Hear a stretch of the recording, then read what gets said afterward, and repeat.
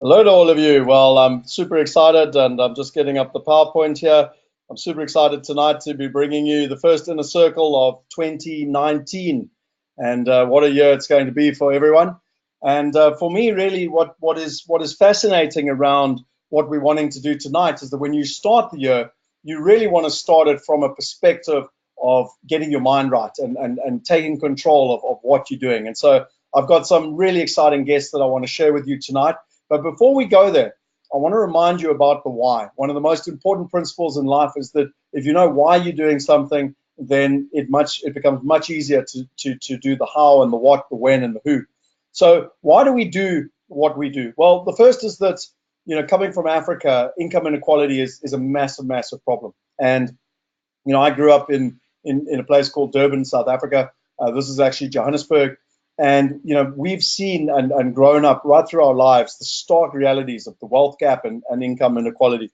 There's a great little website that I wanted to share with you here, and just give me 2 seconds as I toggle across to it, which is the World Poverty. Where's it gone? The World Poverty Clock, and you should be seeing my screen. Can you just confirm there, Robin, that you are seeing? Yeah, you're seeing the World Poverty Clock here. And this is interesting. I mean, you can literally go to it, worldpoverty.io, and it's a live clock on how people are leaving abject poverty, and yet what our targets are based on the UN goals for 2030 and where we actually sit. So you can see here whether we're off track. You can see here the target and what we need to do and where people are coming from around the world in terms of leaving it. So it's quite an interesting little graph that I would recommend people go and look at. So in terms of some of the fascinating stats now, and this came out last year almost at this time, because everyone goes to a place called Davos, and it's the World Economic Forum gets together, and basically the top 1% has more than 50% of the world's wealth. It's over 53%, and it's growing every single year. It's the single greatest challenge that they deal with every year at the World Economic Forum. The second problem is where you live in the world has a massive impact on your wealth. If you live in North America, Europe, or Australia, you're generally, or Japan, you're generally pretty well off. But if you live anywhere else in the world, you tend to have a challenge. If you're a male or a female, unfortunately for the females, less than 10% of billionaires are actually ladies. And when one looks at wealth, I've heard as stark numbers as less than 1% of the world's wealth is actually owned by ladies, which is fairly, ridiculous considering that it's a 50-50 breakdown. And then depending on when you were born in your life, the millennials have not done very well in terms of what is actually happening. And so one of the major topics that is actually being tabled, and the World Economic Forum in Davos starts on the 22nd of January, so literally less than a week away.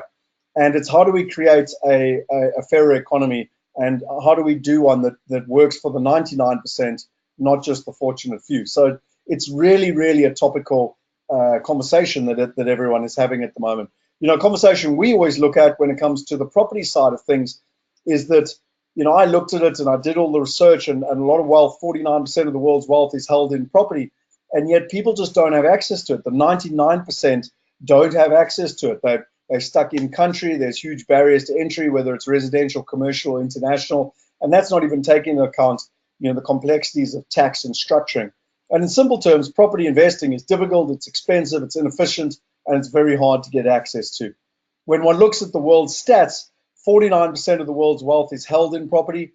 Only 12.9% of the world's population actually has access to that property. Of that 12.9%, and this is interesting because it's in the Western world, less than 1% of people are going to retire wealthy at the age of 65. Now, I found that absolutely astounding. And we decided to change that. We decided to allow the 99% to be able to invest like the top 1%. And when one looks at why are we doing tonight? Why are we doing the inner circle? Why do we do the Wealth University? Well, in simple terms, it's because when one looks at online education, there's been massive adoption in online education. And when one looks at online investing, there's been large growth, but not really large adoption. And the reason for it, the number one reason, is because of trust. People need to be able to trust in what they do with their money. The currency of the new economy of the 21st century is trust. And so for us, we believe that we come at it from both sides. We need to have the online education, and we need to have the online investing and that will ultimately build trust, which will build the online adoption. And that is why we launched the Wealth University. It's wealthuniversity.org. You can go along and you can get access to what I believe are some of the better products around the world in the wealth space. Think of it like the TED Talks for wealth, where you've got curated, good quality products all around wealth and where we're going. And one of those, and it's what I like to refer to as the tip of our spear, is our inner circle. Now, most people, when it comes to wealth, feel excluded. They feel like it's only for other people. And so we decided to create an inner circle. And the whole idea behind the inner circle was to bring people in and really to be able to give them access to what the top 1% have access to. And if you look at it here, I tend to say to people that firstly, it's for real people that have real stories, real questions, real coaching, real investment, and all in global real estate. It's an online community where we want to inspire, motivate, and give you the tools to create your own personalized path to wealth. And there's 5 major reasons why I believe people will get tremendous value out of being part of the inner circle. The first one is that you want to basically be able to build a quality investment portfolio, but you're only as good as the 5 people you hang around with most. And most of us don't have the ability to hang around billionaires every single day. And so this is an environment for people to come together and be part of a community where the top 5 people you're hanging around from and learning from, people like Robin, who you're about to meet, are amazing people, and you get to effectively hang with them, albeit in a digital environment. The second is that in the 20th century, it was all about learning. You would go out, you would read a book, you'd read a book like play a game, maybe like this one, Monopoly, and where's Dolph DeRosa's book? It's somewhere here. Anyway, Real Estate Riches. And here it is. You read a book like, Rich Dad, Poor Dad, or even Real Estate Riches. And, you then go out and try and practice the principles. But the 21st century, things are changing so quickly now that there's no point in reading a book or going on a course or even going to university. You need to learn while doing. And the inner circle is all about learning while doing. The third one is that, I get approached all the time around coaching and ongoing, so that people have the feeling that there's someone to ask questions. And really that's what we'll be doing every month on a monthly basis. The fourth one is that I believe that people's greatest asset is time. And so it's about condensing time. It's about bringing great people like Robin and James, who you're going to meet later, and bringing them in one place and in your condensed time, giving you the best access to the best information in the shortest possible time. And then the last one, which is ironically a beautiful way to step into yourself, Robin, is actually self-belief. What I've learned when it comes to money, when it comes to wealth, when it comes to property, is that most people don't believe it's possible. They don't believe that they can create it for themselves, for their families, and in their lifetime. And so the purpose behind the inner circle was really to create an environment to help people, believe that they were part of a community, believe that it was possible not only for others, but for themselves. And so without further ado, I wanted to effectively lead in, because that's a beautiful way to lead in, to our guest tonight, and it's Robin Banks. And Robin, I've known you, I don't even know for how long. It's been many, many years. I've done all your different courses. And, for me, the reason I asked if you, and I'm so grateful that you accepted to start with you tonight, is that most people come back and, the year, they've had a nice holiday. Now they're trying to get back into business, and they all set their goals and their New Year's resolutions. And probably by this time of the year, the New Year's resolutions have already been forgotten. And what I thought was so important is that starting with you tonight was to talk around mind power and the power of the mind. And it's not just about doing an affirmation and saying, I'm brilliant, I'm brilliant, I'm brilliant. There's a bit more science behind it in terms of actually doing that. And, I've done a lot of your courses. I've read this book by John Keogh, who's your partner in Mind Power. It's absolutely fascinating what is possible if you can take control of your mind. And I don't want to give away too much tonight, but you're one of the leading experts in it. And so I really wanted to welcome you, and with a huge amount of gratitude, say thank you for coming on tonight to share with the community. A great pleasure. Can you hear me clearly? Because I seem to have you dropping in and out. Can you hear me clearly, Scott? I can hear you clearly. The video is a little bit, no, it's perfect. It's coming through clearly. Fantastic. Well, thank you very, very much for having me. I'm excited to be with you and your audience tonight, and I hope I can assist everybody to make 2019 your best year yet. Awesome. So tell me, Robin, just before I get into some questions, and again, if you've got slides or anything you want to share, just shout and I can switch them over. You shared an interesting little story with me yesterday when we were talking, and I must admit I came back. It was my wife's 40th. We had a lovely holiday, but equally I got quite sick, and I came back not quite as motivated as I normally do feel, at the beginning of the year. And I spoke to you, and you shared a fairly similar story. So I thought, for those people that are out there, you and me both are probably seen as quite motivated people, but it would probably help people to know that all of us are human and that we don't necessarily all come back firing. But I wanted to ask you quickly, tell us a little bit about that, and what did you do to get back in the groove and to get started? Well, look, first of all, I wanted to say that 2018 was my best year yet. It was an incredible year. I feel extremely blessed. But by the time I got to the 14th of December, I was like, I am ready to switch off. And I had a 4-week break, which I thoroughly enjoyed. I got to travel to Peru, which was always on the bucket list, to go to Machu Picchu, which was absolutely incredible. If any of you have that on your bucket list, you really must make it happen. And for those of you who don't have it, you might want to consider it. It's an amazing place to visit. And then I visited with my lady's family in Chile for a week, and then spent about 10 days in Cape Town. Man, I want to tell you, leaving Cape Town in summer is one of the hardest things for me. I live in Johannesburg. I have a home in Cape Town. And I always go, why do I live in Joburg again? And I love living in Joburg. I really do. But in summer, I find it so challenging to leave.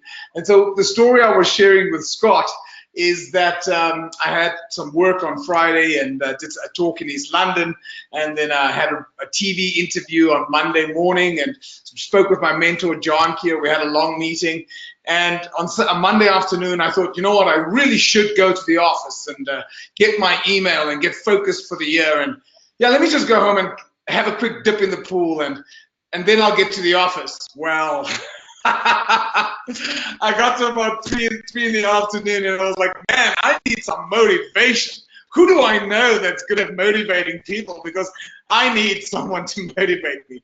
So the conversation that Scott and I were having is the irony that here we are as teachers feeling like we need to get our own A into G. However, Scott, I'm very happy to tell you that yesterday I did just that. And there are small little things you can do to get yourself going. And the first one that I highly recommend that you do is, if you can start every day, well, I was going to say with exercise. That's actually the second thing. The first thing I will always recommend that you do, from the moment you open your eye, you feed your mind the thought you want it to think. That's what mind power is about. So literally yesterday morning, as I woke up, the first thing I said to myself, and I swear on my father's dead grave, my father's grave, I think that's how you say it. The first thing I said to myself, it's going to be an awesome and outstanding day today. It's going to be an awesome and outstanding day today. It's going to be an awesome and outstanding day today. I got up, made myself a celery juice, which is one of the healthiest things you can do for your body first thing in the morning. Went to the gym, actually, no, I didn't go to the gym. I did a run. I did a run on my treadmill for half an hour. And while I was running, I was doing some affirmations. I was looking at my vision board. I was saying my mantras, reading my goals for the year because they're right in front of me. And then I went off to do a talk in East London again, and was very productive. And I really feel like I'm ready. And so what I'm saying is, there's literally a switch that you can turn, but it takes conscious effort and it takes deliberate focus to do it. But there are small little tools which I'm happy to share. In fact, I've already shared quite a few of them. But how do you actually do it? But you can literally get the switch. But yeah, I just think it's important to be authentic and say that Monday I didn't feel like turning the switch on. I'm happy to say I've turned it on. Well, I have to say, the reason I wanted to bring that up and start off with that for everyone else is that it made me feel human myself, because I was like, wow, am I the only guy that's like not feeling so fun to start the year? So it was great to hear. Tell me, I want to take a step back, and on the assumption that everyone that's on this call, it might be the first time they met you or heard from you or even heard about Mind Power. Tell us just a little bit about your story and where you sort of came from and how you got into Mind Power, and because I think it's quite important that people understand your story to understand your who and what and why, So for me, where my journey with Mind Power began is back in 1996. I was living in Cape Town, and a girlfriend at the time said to me, Robin, you're a very positive person. She says to me, I think you'll really enjoy this book. And she said, this is a book by a guy called John Keogh, and it's a brilliant book. I think you'll really enjoy reading this book. But little did she know that I'm not the world's best reader, particularly back then. But I used to be a really lazy reader. Like usually if someone gave me a book, I'd be like, isn't there a movie? Do I have to read the book? But what I absolutely loved about reading the book is, first of all, it only has 145 pages. And not only that, it's got short chapters. And I'll even show you that it's got nice big words with a lot of space. And I think one of the greatest gifts about this book, and I always say to John, is what's made it such an incredible success. It's now sold over 3 or 4 million copies in the world, is that it's easy to read. It's easy to apply. Anybody can read it. You do not have to be a genius. In fact, I got a 46% from a trick. And in case you don't know, Scott, that's an E for enough. I literally scraped. And when I read the book, it just made so much sense, because it's just literally stuff that we know, but we don't practice. And you know that saying that knowledge is power? And I always say to people, that's not true. Knowledge is not power. Knowledge is potential power. Applied knowledge is power. And so my focus in the work that I do is that a lot of the stuff that I teach people, 60%, 70% you already know. I'm not interested in are you knowing it. I want to know if you're doing it. And so I read the book very slowly. In fact, to be completely honest, it took me a month to read it for 2 reasons. One, because I'm a slow reader. I'm not an intellectual. But the second reason, Scott, is I didn't just read it. I literally would put the book down and I started to think about what I was thinking about. And I started to listen to the voice in the head and what it was saying to me. And I started thinking, I don't like what this voice is saying. I'm like, really? Is that my self-talk? And so I started reprogramming my own mind. And as a result of literally telling my mind, this is what it is I want you to think about, I started noticing some significant changes happening in my life.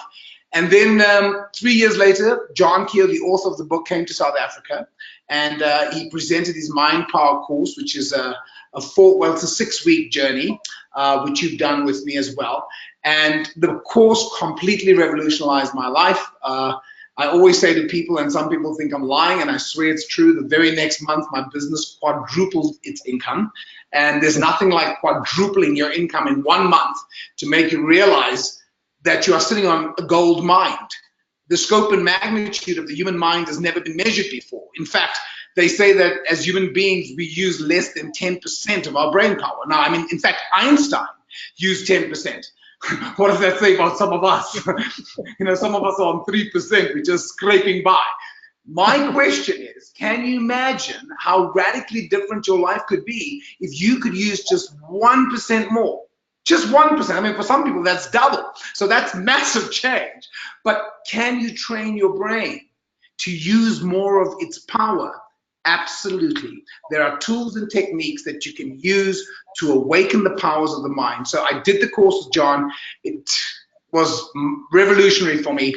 To cut a long story short, because as you can tell, I talk a lot. In 2003, John Keogh went on sabbatical and he gave me the sole rights to teach the Mind Power course. And I feel hugely blessed. And today I literally travel the world teaching people Mind Power. So that's how my journey began.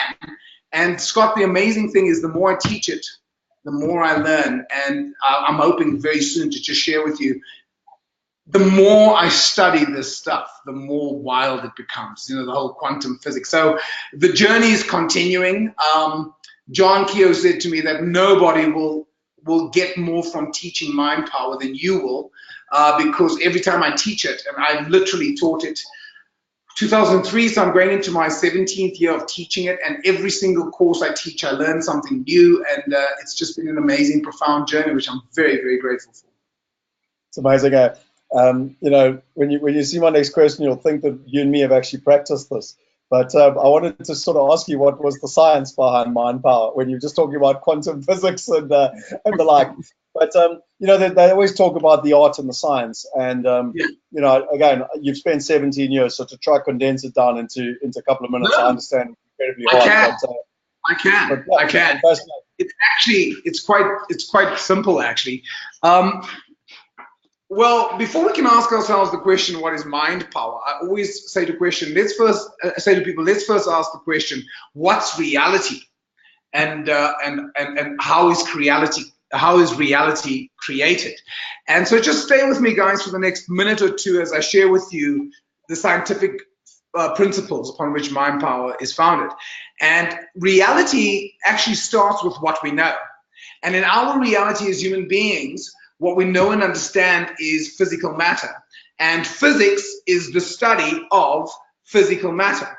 And recently, when I say recently, I'm saying 60, 70 years ago, physicists have discovered scientifically what some ancient philosophical systems have been saying for millennia, namely that all matter is made up of the same stuff. We now have scientific proof and evidence which teaches us that all matter is made up of light energy, and that the differences between the matter we experience is simply the result of light energy vibrating at different frequencies.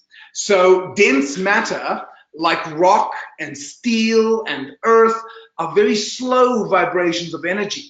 Faster vibrations of energy are things like water, air, human flesh. So just imagine all the matter in the universe. Just look around you wherever you may be.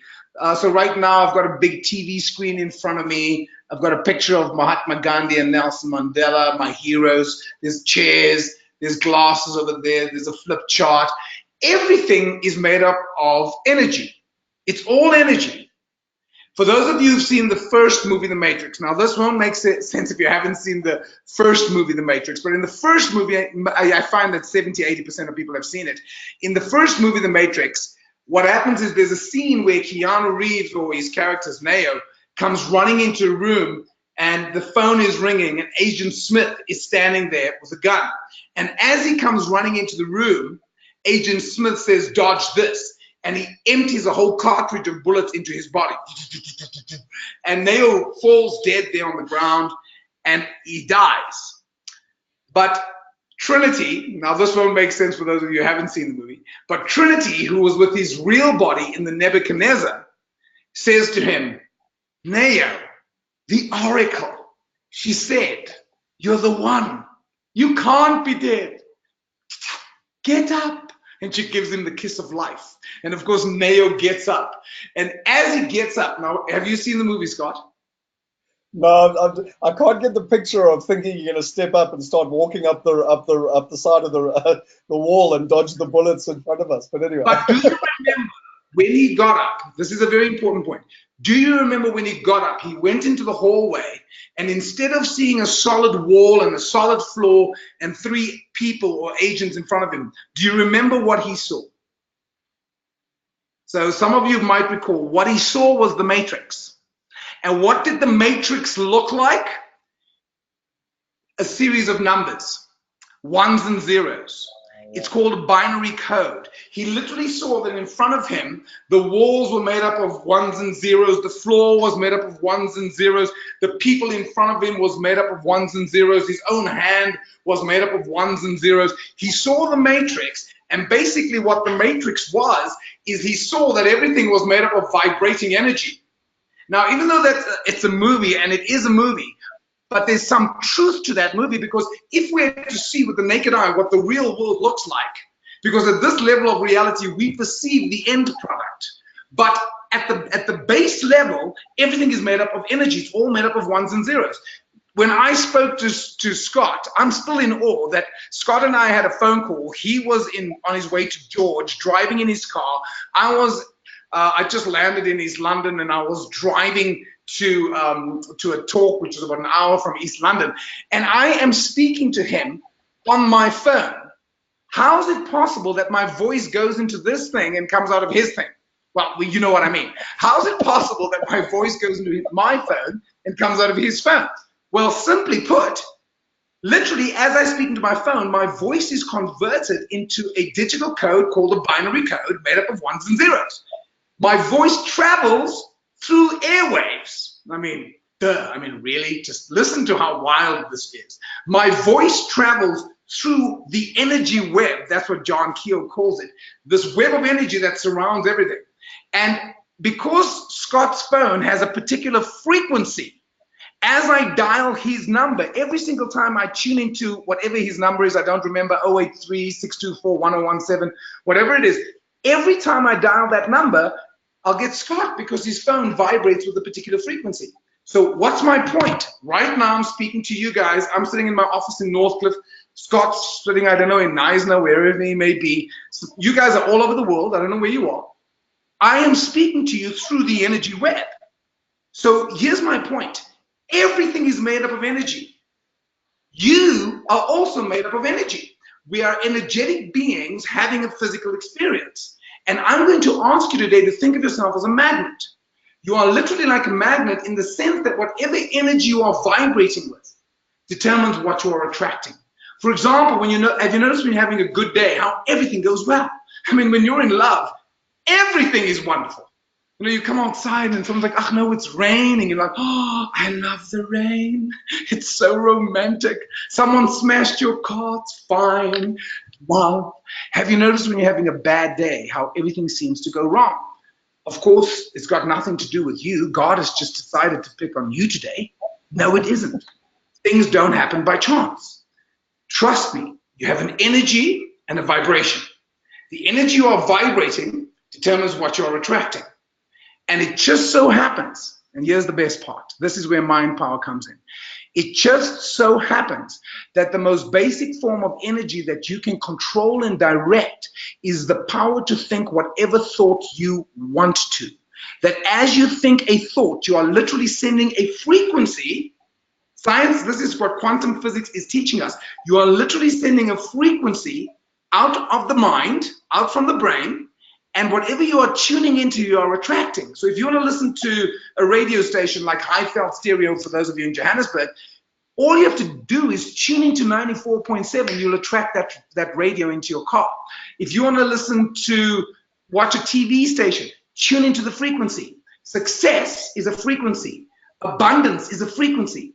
Everything is energy, and the most basic form of energy we control is the power to think whatever thought we want to. Those thoughts that you are thinking are what's creating your reality.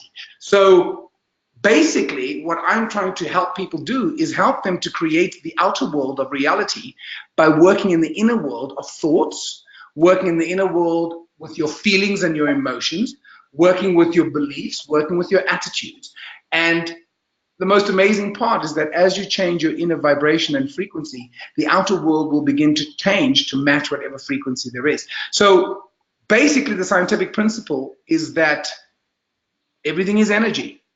The world, we live in a world of energy, and you are made up of energy, and you can literally choose the outer reality by working in the inner reality. I don't know if that makes sense, Scott. No, it makes a lot of sense. Now, just for everyone that's online, you know, there is the little chat box. And if you want to just type stuff in, you know, I'm going to ask a few questions, but the whole idea is to open it up. So if you've got questions, just type them away, and I'll engage with Robin. But it really ties me into the next one, because when I first heard you speak, and you know, credit to yourself, you know, it was through you that I then, you know, read the book Mind Power, and I actually bought. I'm one of those crazy people who comes to the first night's event and buys about 10 of your DVDs, or what are they, CDs, and the one I enjoyed most was where I found John Keel talking about abundance, and how most people come from a place of scarcity, and I think, you know, I don't have enough, and I can't make enough money, and, you know, blah blah blah. And he speaks in that CD about abundance, and how, you know, just think of the ocean, and how there's, you know, I can't remember the exact wordings, but it was like, look around you, everywhere around you there's abundance, and it's always amazed me ever since then, ever since I heard that. And so I wanted to ask you, talk to us a little bit about, I mean, you've got a much deeper understanding than I do, but around this whole concept of mind power, abundance, energy, the universe. And again, why are so many people stuck in the scarcity framework versus abundance? Mostly because of conditioning. It's, I mean, isn't it interesting how wealthy people's children grow up to be wealthy, even if they don't inherit their parents' money? You know, what's that saying? The rich get richer and the poor have children. I think that's actually how it goes. But Why is that? Well, it's about having the right mindset again. So an analogy I'd like to share with people, it's a very simple analogy, it's my most favorite analogy, is think of your mind as a garden. And I love this analogy because there's so many aspects to it. So think of your mind as a garden of rich, fertile soil. Because any seed that you plant into rich, fertile soil, if you nourish and care for the seed, what happens to it? It grows. And it makes no difference to the soil what seed you plant. It doesn't care whether you plant weed seeds, carrot seeds, tulips, tomatoes, apples, peaches, bananas, roses. The soil will produce whatever you ask it to. And in the exact same way, your mind doesn't care what thoughts you think. Your mind doesn't care whether you focus on success. Your mind doesn't care whether you focus on abundance, poverty, lack, opportunity, scarcity. Your mind works with what you feed it. Your primary job is to feed your mind, literally like you feed the garden. You sow the seeds of the harvest you want to reap. In the exact same way, your primary job is to feed your mind the thoughts you want it to think. So having an abundance consciousness or a scarcity consciousness comes mostly from our programming as children, what your parents said to you about money, what your society experiences about money are. And John tells a story which I love. He says that before he started teaching mind power, and he was down and out in the woods and had very, very little money, didn't have much money at all. And he says that there he was living in a cabin in the woods in Canada, and he was literally living like a hobo, and he didn't have much money. But he taught himself to have an abundance consciousness. So instead of focusing on what he didn't have, he chose to start focusing on what he did have. So he said he used to play a game every single night called the abundance mindset game. And what he'd do is, while he was making a fire at night, he'd say to himself, wow, I don't just have one piece of wood. I don't just have two pieces of wood. I don't just have three pieces of I've got an abundance of wood in this cabin. And then he'd open the door and he'd look at all the trees and he'd go, oh my goodness, I've got so much wood. And then he'd take his grapes. Now, please, he didn't have much food. And he'd go, I don't just have one grape. I don't just have two grapes. I don't just have three. I've got a whole bunch of grapes. And then he says, I don't just see one star. I don't just see two stars. I don't just see, I see an abundance of stars. So he taught his mind to focus on abundance. So what you're referring to is in the CD, it's actually called Creating an Abundance of Money. And I have listened to it a gazillion times. There's a visualization and an affirmation side. And basically what he says is, on the visualization side, he takes you through a journey. And then he says, abundance is the law of the universe. Abundance is all around you. Look at the abundance that exists in nature. Stop and count the blades of grass upon the lawn. You cannot. Try and count the stars in the sky. You cannot. The grains of sand upon the beach, the fish in the ocean. Again, you cannot. They are all without number, countless, staggering amounts. And just as you cannot conceive the abundance there is in nature, you cannot conceive the abundance of money in the marketplace. There is so much money. Picture, if you can, thousands of millions of dollars exchanging hands every single day in the global marketplace. The flow of capital is immense, beyond comprehension. Now, as you can tell, I've listened to this a gazillion times. And I remember I used to drive in my Volkswagen. I have also listened to it, and it's like deja vu. I know it word for word.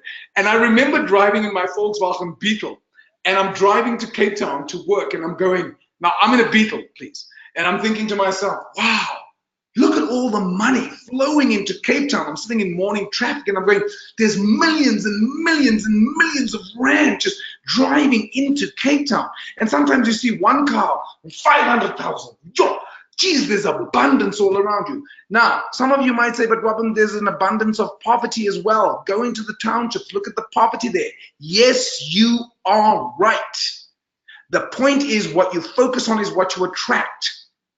So what happened for John is he said, fast forward 5 or 10 years later, I can't remember the number, and he is in Australia doing a course at, I think, the Hilton Hotel in Sydney, and he's checked into the presidential suite where the Beatles stayed when they were there, and he had checked in for a month because abundance was so part of his new reality. So the thing about abundance is you need to train your mind to see abundance, because there is abundance. There's abundance everywhere you go. And the more you focus on abundance, the more you start attracting abundance into your life. The more you focus on lack and poverty, the more you attract lack and poverty. So today, Scott, honestly, I look at my life and I'm extremely blessed. My partner and I, we were just saying to ourselves, wow, baby, we are so lucky. I mean, we are so, so blessed. And I never take it for granted. But here's the thing. I've amassed a lot more wealth than I had 20 years ago. I mean, if you had told me 20 years ago that I'd be living the life I'm living today, I would have laughed at you, because I didn't think of it. I couldn't think that I would be able to manifest that kind of abundance. And there's a secret with that, which I'll share with you in a moment.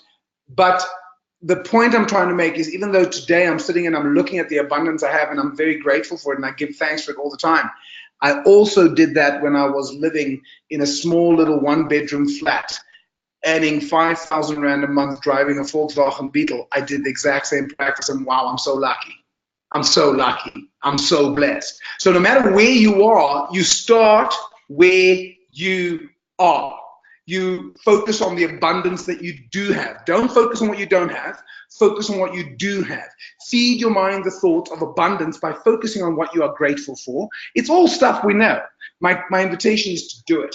But just one thing I wanted to share in case I forget, Scott. It's related but slightly off topic. What most people do is I said to you that if you had told me 20 years ago that I'd be where I am today, I would have laughed at you. But what happens for most people is they underestimate what they can achieve in 10 years, and they overestimate what they can achieve in 1 year. So if you've set some 1 year goals for yourself, and if you haven't, do it. Set some 1 year goals for yourself tonight. It doesn't have to be big and profound. Just write down, what do you want this year? And put it somewhere where you can see it every day. Sorry, just quickly, for those that want to stay on till the end, I'm going to share with you, and I'm going to give you some of the spreadsheets and ways that I do that myself. So. Awesome. And do it. Do what he's saying. It's so easy. I often say to people when I do a goal setting workshop, it's like, this is like not rocket science. It's just most people don't do it. Put it on a board where you can see it every single day. So most people overestimate what they can achieve in 1 year, but they underestimate what they can achieve in 10 years. So if you're going to do with Scott later, a 10-year vision or a 20-year vision, in my Shaping Your Destiny, we do a 50-year vision. If you're going to do that, I want you to think so wild that actually as you're writing it down, you're going to go, yeah, right. I've got a Learjet on my vision board. And I mean, I still look at it and go, Learjet. But it is definitely a vision I have. Anyhow, I talk enough. Back to you. Oh, no, it's fascinating.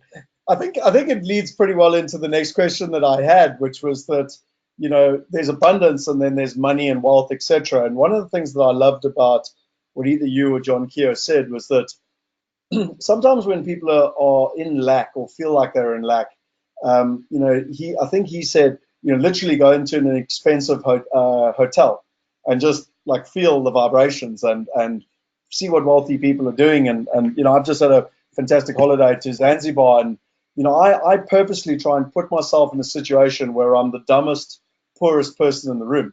And the reason being is that it's only a matter of time. And you know, a good example of that was I was in Fiji in 2010, and I met a guy that was part of Tony Robbins' Platinum Group. So in those days, it cost $75,000 just to sign up, and it was $30,000 per person per trip, and there were 4 trips a year. So, and I remember sitting there going, "Holy cow! Like, how do you pay $30,000?" And I remember asking the one guy, and he said, "No, well, it's easy. He just earns it back within 30 days." And I was like, "Yes, how the hell do you earn $30,000 in 30 days?" You know, and you know, long story short, within 30 days, I earned $45,000. And my point being is, and what I wanted to refer to you in terms of the question was, around mind power and wealth and putting yourself in the vicinity. I mean, you said you have focus on what you do have, abundance is a law of nature, etc. But when it comes to money and wealth, what are some of the keys? And I know, I mean, you've done a huge amount of work in the space, but are there any key nuggets that you would share with people around money and wealth and mind power? Yeah, look, you've touched on a few of them. Number one, use your mind power. Without a doubt, for me, that's obviously the thing I'm most passionate about. So I do a visual. There's a visual. John's got on his Creating Abundance. There's a visualization side which you and I spoke about. But even if you don't do that, before you go to bed at night, visualize an abundance life. What would an abundant life look like for you? Like, what would a crazy, wild, abundant lifestyle look like for you? Dream it. Like, lose yourself in this movie of you living this life of absolute abundance. Why? The subconscious mind cannot tell the difference between what is real and what is imagined. The conscious mind knows that you are just doing an exercise. The subconscious mind doesn't. But who is the great manifester? The great manifester is the subconscious mind. So feed your mind with images of what it is that you want. Now, Scott just said something, and I want to tell you a story, Scott. My lady and I have just bought a new home, and the home we bought, we went to look at on the 9th of August 2017, and we signed for it now in December, so almost a year and a half later. And let me tell you, when we went to look at it, she said to me, "Why are we going to look at this house? It's way beyond us. We can't afford this house." I said, "But it's free to look. Let's go and look." And she said, "But I don't want to look at something and see what I'm missing out on." And I said, "Well, I want to look at something and see what's possible." And we went and we fell in love. We fell head over heels in love. I was like, "Oh my, now this is the ultimate. This is the house I want." And I said to the sales agent, "By the way, is there anything we can do about the price?" And she said, "Well, what would you like to do?" And I think I like offered 3/4 of what she was asking, which was, I mean, I knew she wouldn't go for it. And I said, "How about, 3/4?" And I gave her a price. She said, "How about you leave?" and I stayed with it. And then I created, so the second thing, so first of all, have a visualization, a vision of what an abundance lifestyle looks like. Do it every day for 5 minutes. Do it. Knowing you should do visualization and doing visualization are two completely different things. So visualize what success looks like for you. If you really want and go to my website, robinbanks.co.za, go to products, buy the Creating Abundance of Money CD. It'll be the best 250 Rand you spend. But listen to it. Don't just put it in a drawer. Listen to it every day for at least 3 months. But do the visualization. The second thing is affirmations. So I created a mantra, Scott, around this house. And the mantra went as follows: all our home dreams have come true. We have found a magnificent house with a view. The location is ideal. The price is a steal. We are both absolutely thrilled. Our hearts are deeply fulfilled. I said it every day. All our home dreams have come true. We have found a magnificent house with a view. The location is ideal. The price is a steal. We are both absolutely thrilled. Our hearts are deeply fulfilled. And I got her to say it as well. She was like, "Okay." I said, "Just say it." She says, "But we'll never be able." I said, "Baby, just say it. We live in a universe." This conversation with my wife, by the way. I'm just because you don't even have to believe it. We live in an energy web. We live in a web of energy. Anyhow, Scott, to cut a long story short, when we signed for the house, because the market has taken such a tank, we've done a subdivision on the property, and we are actually paying less than what I initially offered. And it is a stretch, I'm not going to lie, but what I'm saying to you is, if you are patient, because please take note, you don't plant a seed today and expect a tree to grow tomorrow. This is the thing that happens for people, is they do mind power for a week or 2 weeks and they go, "Well, it's not working." It's not going to work in a short amount of time. Depending how big the goal is, it took 18 months for me to manifest that. So why I'm saying that is, know that God's delays are not God's denials. You don't plant a seed today and expect a tree to grow tomorrow. You got to be consistent. And here's the key. Do it anyway. Do it even if it feels like it's working. Do it. There were times I had doubt, by the way, Scott. There were many times when I thought, "I'm not sure this is working." I'm like, "Well, I'm standing in the shower anyway, I'll keep saying my affirmation, I'll keep visualizing myself living in that home. So the second thing is, so visualization, affirmations, those are two key things. The third thing, examine your beliefs about money. Now, this is a very big one, is you need to question, what do you believe about money? Do you believe that money is the root of all evil? Because if you believe that money is the root of all evil, nobody wants to be an evil person. So why would you attract something that you think of as evil? I don't believe that money is the root of all evil. I think the lack of money is the root of all evil. Money is not evil. It's just a piece of paper.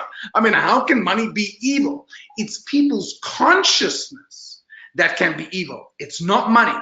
And so question your beliefs around money, like the belief that money can't buy you happiness. Well, is that true? Yes, I agree 100%. Money can't buy you happiness, but neither does poverty. I know rich people who are miserable with all their money, but I know poor people who are also miserable without it. So the question is, do you want to be miserable with money, or do you want to be miserable without? No, I'm kidding, that's not the question, because I know rich people who are very happy. Scott is amassed a decent amount of wealth. He's a very happy man. John Keogh, my mentor, is very wealthy and very happy. Bill Gates is a billionaire, and he is a very conscious, evolved man making a difference on this planet. So money is the root of all evil? I don't think that's true. Another negative belief that people have about money is that all rich people are greedy. Well, some of them are. But again, so are some poor people. Some poor people are greedy. You don't have to have money to be greedy. You can be poor and be greedy. But my experience, Scott, is I actually find the opposite is true. Rich people are actually the generous ones. They are the ones who give back to society. Do you know, Scott, and I'm sure you know this, do you know how much money Bill Gates has given to the Melinda Gates Foundation? I think it's $100 billion, is it not? 30 billion. He gave $30 billion. I mean, $30 billion is like 500 billion rand. He gave $30 billion to the Melinda Gates Foundation. His buddy Warren Buffett was so inspired that he gave $31 billion to the Melinda Gates Foundation. Why? Because they loaded, because they've got the money. And you know what one of their visions are? I'm sorry if I hope I don't offend anybody on the line, but this is true. People say, don't talk about that. No. I love this vision. Bill Gates has a vision that he wants to create a condom that makes sex more pleasurable with the condom on. Why? He wants to stop the spread of AIDS. And why does AIDS spread? Because people don't want to use a condom. So his vision, well, let's create a condom that makes sex more pleasurable with it on. Now, let's be honest, we all want the condom. My only concern is it might stop the production of children on the planet. But he's a visionary. He's a man who has vision. So your success helps lots of people. Your failure helps no one. It is your duty to succeed. So remind yourself over and over again, it is my duty to succeed. My country needs me to succeed. Think of everybody who benefits from your success. So program your mind to see that success is healthy. Abundance is healthy. Money is good. Money makes a difference. Money is just energy. It doesn't make you a bad person. It's an aspect of your life that you need to manage. And there's nothing wrong with amassing wealth. In fact, I think it's important to amass wealth. And so the last secret, tithing. Now, I know Scott is a tither. I know him. I know that when there were fires in the Knysna area, I know how much money he gave towards it and how much money he helped to raise. And a lot of people say, oh, when I've got money, oh, I'm going to give.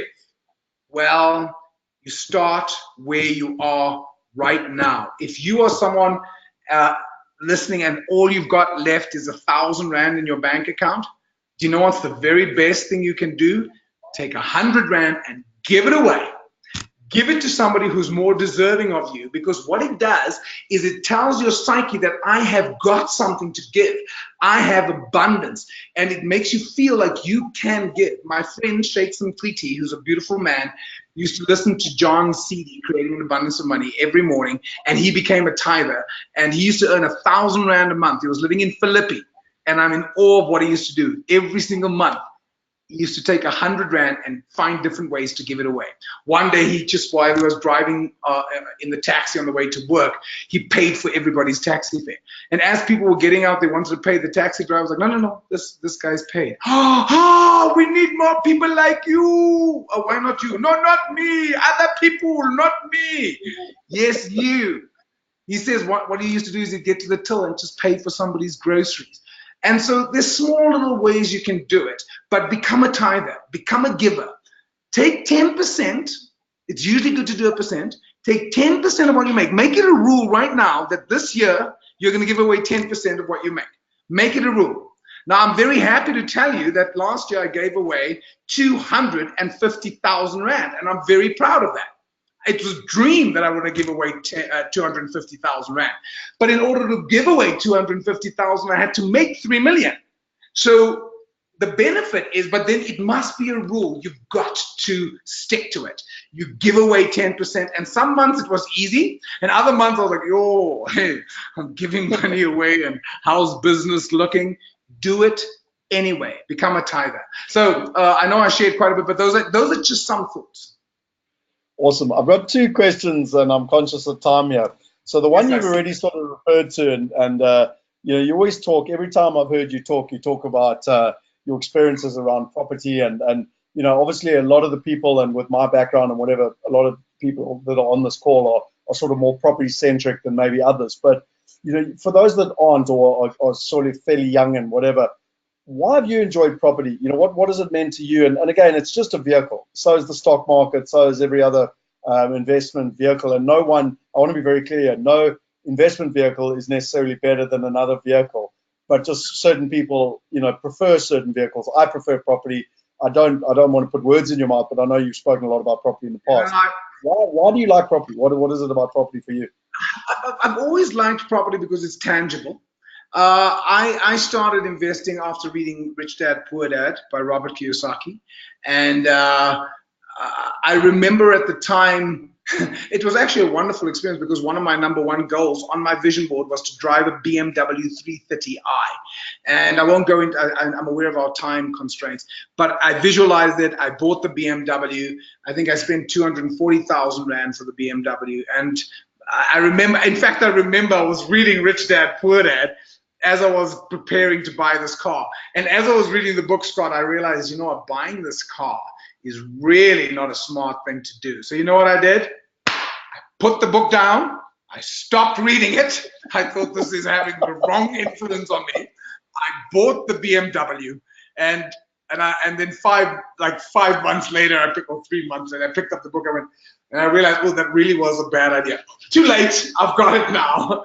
But I bought the BMW, and about a year later, I bought my first property in Sea Point. And I remember I had a property mentor, a guy like you who understood it more than I did. And I spoke to him, Krista Troutman, and I remember they wanted 455,000 Rand for a 2-bedroom flat in Sea Point. 455,000. I was like, this is ludicrous. A 2-bedroom flat, and it's got a view and it's stunning. It's right in front of the ocean, but 250,000 for a BMW, that makes sense. But 455 for a 2-bedroom flat, this is ludicrous. And my friend said, just buy it. And I bought the property. And of course, I don't need to tell you that 3 years later, I think I sold my BMW for 120,000 Rand, and my property was suddenly valued at close to 1.2 million Rand. And I'm like, are you kidding me? Today, that same property, now granted this was 2001 when I bought it, today that property is worth 4.5 million. I'm like, ooh, that was a good decision. The BMW, of course, I have no idea where it is.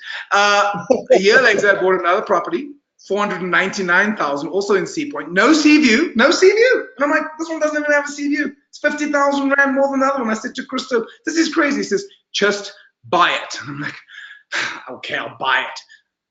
I don't have to tell you that today that one's worth 3.5 million Rand. And every single time I buy property. Now, by the way, I bought property in Santon. Every single time I buy property, there's a bit of fear. But you know what? I now realize I should have more fear when I buy a car and I do like nice cars. I'm a colored boykie from Rodelia, always want to look sharp. But what I had to discover is that actually the smartest thing is property. So I love property. My home in Sea Point I bought in 2004, and when I bought it, it was 1.8 million. And I remember thinking, I mean, I don't know how I'm going to manage to spend 1.8 million, but I made it happen. Over the years, I've renovated it a few times, and I've fixed it up. I reckon, Scott, I've put 3.5 to 4 million into that property. And today they said they'd sell it for 14 million. I was like, oh, okay. I love property. I mean, and what you have to do is be prepared to take the dips. Like, I mean, the property market's not great right now, which is why it's a great time to buy if you can, which is why I'm buying now, because I know the property I got for a steal. I mean, if I tell you the price I paid for it, for what they were asking, it's ridiculous, because the location is ideal and the price is a steal. So property, to answer your question, I love it. It's tangible.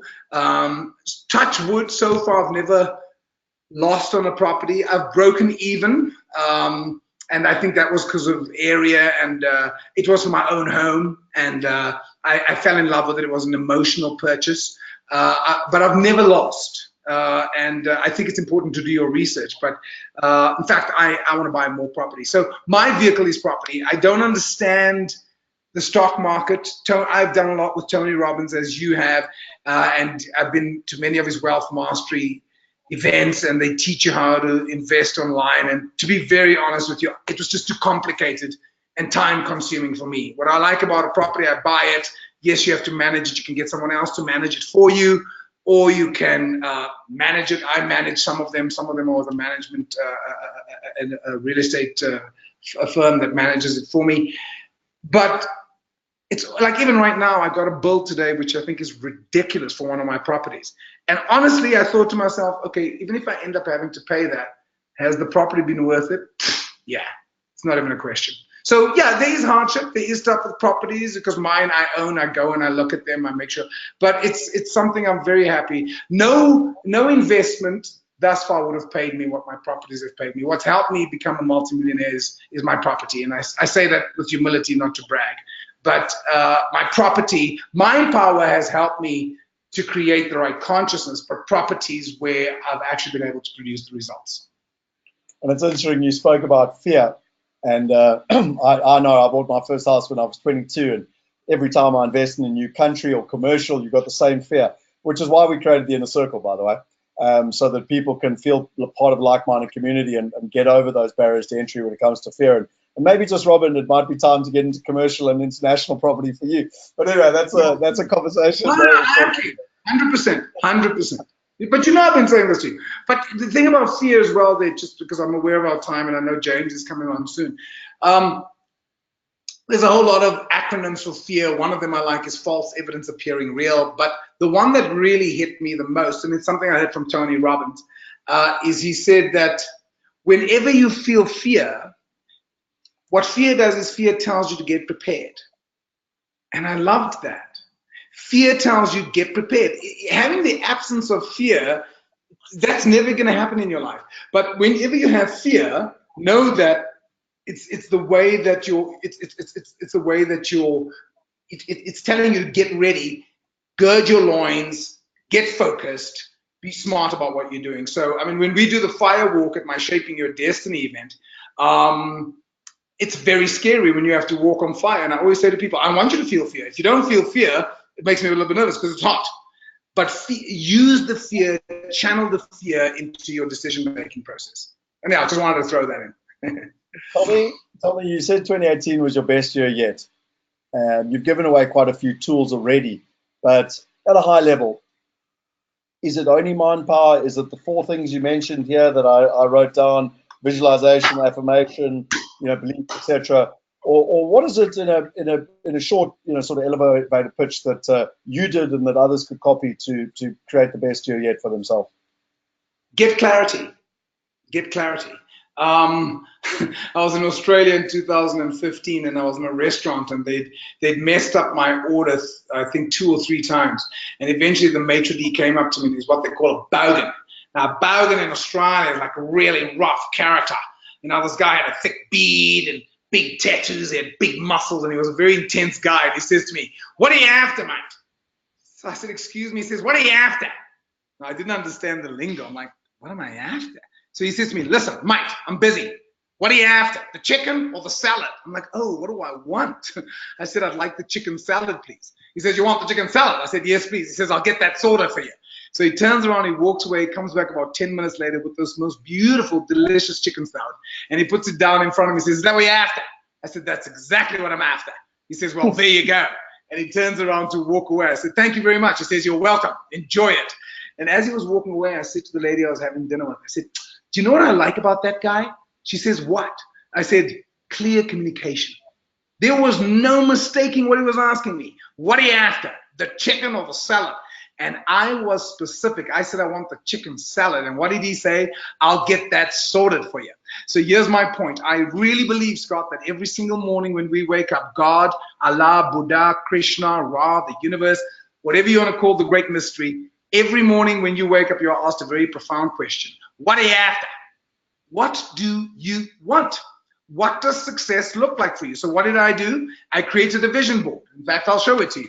I think you should be able to see it. You won't be able to see it much, but in the center of your screen, you can see my vision board over there. My vision board is pretty much everywhere I go. It's in my toilet. Why? Because I go there every morning. And if you don't, I'd recommend it. And while I'm sitting on the loo, I'm looking at my vision board. As you can see, it's on my office wall. It's in my gym. At home, I've got a gym. It's in front of my treadmill. So on the one side, I've got my vision board. It's the screensaver on my phone. Why? Because the subconscious mind loves repetition. It loves repetition. And you want to feed your mind with the images of what success looks like for you. What are you after? What do you want? So that's one of the things I highly recommend. If you haven't created a vision board, do yourself a favor. Now, by the way, mine is a 10-year vision board because it's got a Learjet on it. I created it about 4 years ago, and I'm starting to get some ideas about how I'm going to make it happen. And by the way, in my vision, just very quickly, Scott, some of the things are musts. Some of them are nice to have. So if I don't have a Learjet, I'm not going to be devastated. But is my Learjet in alignment with my purpose of transforming global consciousness? Absolutely. If I have a Learjet, I'll be able to get places quicker and be able to touch more people's lives. But if I don't get a Learjet, it's not going to be the end of my life. So all my goals are in alignment with my personal mission statement. They're in alignment with my purpose. So another thing is to get clear on your purpose. Why are you doing the things you do? Why are you here? What do you bring to the world? Who are you? What do you serve? Who do you serve? So, and then the other thing I'd recommend you do is have, as I said, the goal setting. I usually write on an A3 piece of paper, goals for December 2019, or I write February 2020 because it's my business cycle. And then I write my top goals that I want to achieve. And I put it again somewhere where I can see it every single day. And then while I'm running on my treadmill, Scott will know there's a technique in Mind Power called seeding. And seeding is focused on creating the feeling of what it is you want to have. What does success feel like? What does abundance feel like? What does love feel like? What does health and vitality feel like? So I'll be running on my treadmill. I'll have my earphones on, and I'll be listening to an affirmation CD. And I'll be saying affirmations while I'm running. I am tremendously successful. I am tremendously successful. I always achieve my goals. I always achieve my goals. I know what I want. I deserve what I want. I get what I want. I'm a top international speaker, successful throughout this planet. I am brilliant. I am bright. I'm a radiant being of light. I'm an outstanding peak performer. I'm a dynamic life transformer. Now, I know it seems crazy, but as I said to you at the beginning, what that does is it gets me motivated. So the person who got me motivated yesterday morning was me. This is how I did it. I started saying my affirmations and my mantras. I started looking at my vision board. So what made it the best, I need to tell you another thing. The goals I achieved last year, I'd actually set for myself for the end of 2017. But when I got to the end of 2017, I'd only achieved about 30 or 40% of them. And I was slightly disappointed. I decided to leave them up because I thought I still want these things. And I'm not going to set new goals. I'm going to leave these up. And I'm very happy to say that I've ticked off about 90% of those goals. The funny thing, Scott, the ones I didn't achieve are the ones that are 100% in my control. Meditate for 20 minutes, 5 days a week. I have not done it. And I'm like, duh. I mean, I've made the money, which was a huge goal. I bought the house. Meditate. I wanted to read like 3 or 4 books a month. I haven't managed to read 3 or 4 books a month. It's so funny. I look at it and I go, isn't it amazing? The ones I didn't achieve are 100% within my control. So I'm reviewing my goals again. So number 1, get clarity. Clarity, clarity, clarity, clarity. Clarity of purpose. If you want, you can spend some time with me. I'll teach you how to create a personal mission statement. Get a clear vision for what an incredible life looks like for you. What do you want for your physical body? How much do you want to weigh? How much money do you want to earn? Where do you want to live? What do you want for your family? Where would you like to go on holiday? What would an incredibly rich spiritual life look like for you? What would a great friendship like? What do you want to contribute? Whose lives do you want to impact? What legacy do you want to leave behind? Ask yourself all these questions and then answer them. Now, sometimes when I answer them, I didn't really know. I just made it up. But it's better to have some vision than no vision because, as you know, without vision, people perish. We've got to have vision. So to answer the question again quickly, and I see our time's up, Scott, clarity. Get clarity because clarity is power. That I must admit, that was very, very valuable. I do realize we are time up. In 30 seconds, if you can answer the last 2 things I've got here. The first one is, how do you stay so happy? I don't think I've ever not spoken to you either in a live environment or even just on the telephone where you've got an incredible buzz about you and you can sense the happiness, you can sense the joy, and you're cracking jokes and making people laugh. I mean, I haven't probably laughed this much on a webinar. Normally it's serious, just in 30 seconds, what is it about the happiness stuff? So, Scott, the one question I get asked a lot, which is related, is people say to me, geez, Robin, you're probably always positive. No, I'm not. And I think it's very important to be authentic and say nobody's always positive. Everybody has a bad day now and then. I had a bad day in March last year. It was absolutely terrible, terrible. No, I'm kidding. What I'm getting at is that I was interviewed on a radio station the other day. Oh, 30 seconds. Let me keep it to 30 seconds. I was interviewed on a radio station the other day, and I was using the analogy of planting that seed and nourishing and caring for that seed. And the guy said, yeah, but what happens when you plant the seed, but you're not getting results because of your environment? I said, absolutely. Recognize that the environment you're in does affect you. There will be storms. There will be lack of water at times, but stay persistent on what your goals are. So for me, I make a conscious effort to be happy. I focus on the things that make me happy. I love people. I really, really genuinely do love people. I love meeting different cultures. I love telling jokes in different languages. I love singing in different languages. So I think I've always had a natural gift to connect with people. I've always had a genuine love for people. So to answer the question in a nutshell, for me, it's conscious. I choose to focus. You can't always choose what's going to happen to you. People often say, so Scott, was 2018 a good year or was it a bad year? It was a year. You had good and bad things happen. And know that in 2019, you could have good days and bad days, good things happen and bad things happen. Don't be controlled by the outer world. The outer world is not the key to your success. The key to your success is in the inner world. It's how you respond to situations. It's how you deal with adversity. It's your thoughts. It's your feelings. It's your attitudes. And only you control that. So thank you for the compliment. I wouldn't say I'm always happy. I would say I'm mostly happy. I'd say most of the time. And it's, as I said earlier, I focus on how blessed I am. And I really am blessed. I've been so, so blessed. But I also think that's true for all of us if you just really take time to look at it. So thank you for the compliment. No, wonderful. And my final thing is just you dropped in a few things today of what different. My purpose of the Inner Circle is to bring the best people I've met in the world, and I've spent 20 years in this space, and to again compress time and bring it together so that people aren't all out there trying to search all on their own, if that makes sense. How can people connect with you more? If they enjoyed what they heard tonight, or they're watching the recording later, or etc. What's the next best step? Well, there's a number of different avenues. One is my Facebook page is Robin Banks Live, because if you type in Robin Banks, you get some strange people on there, and some strange images. I've had people say, "Is this you?" And I'm like, "No, that's not me."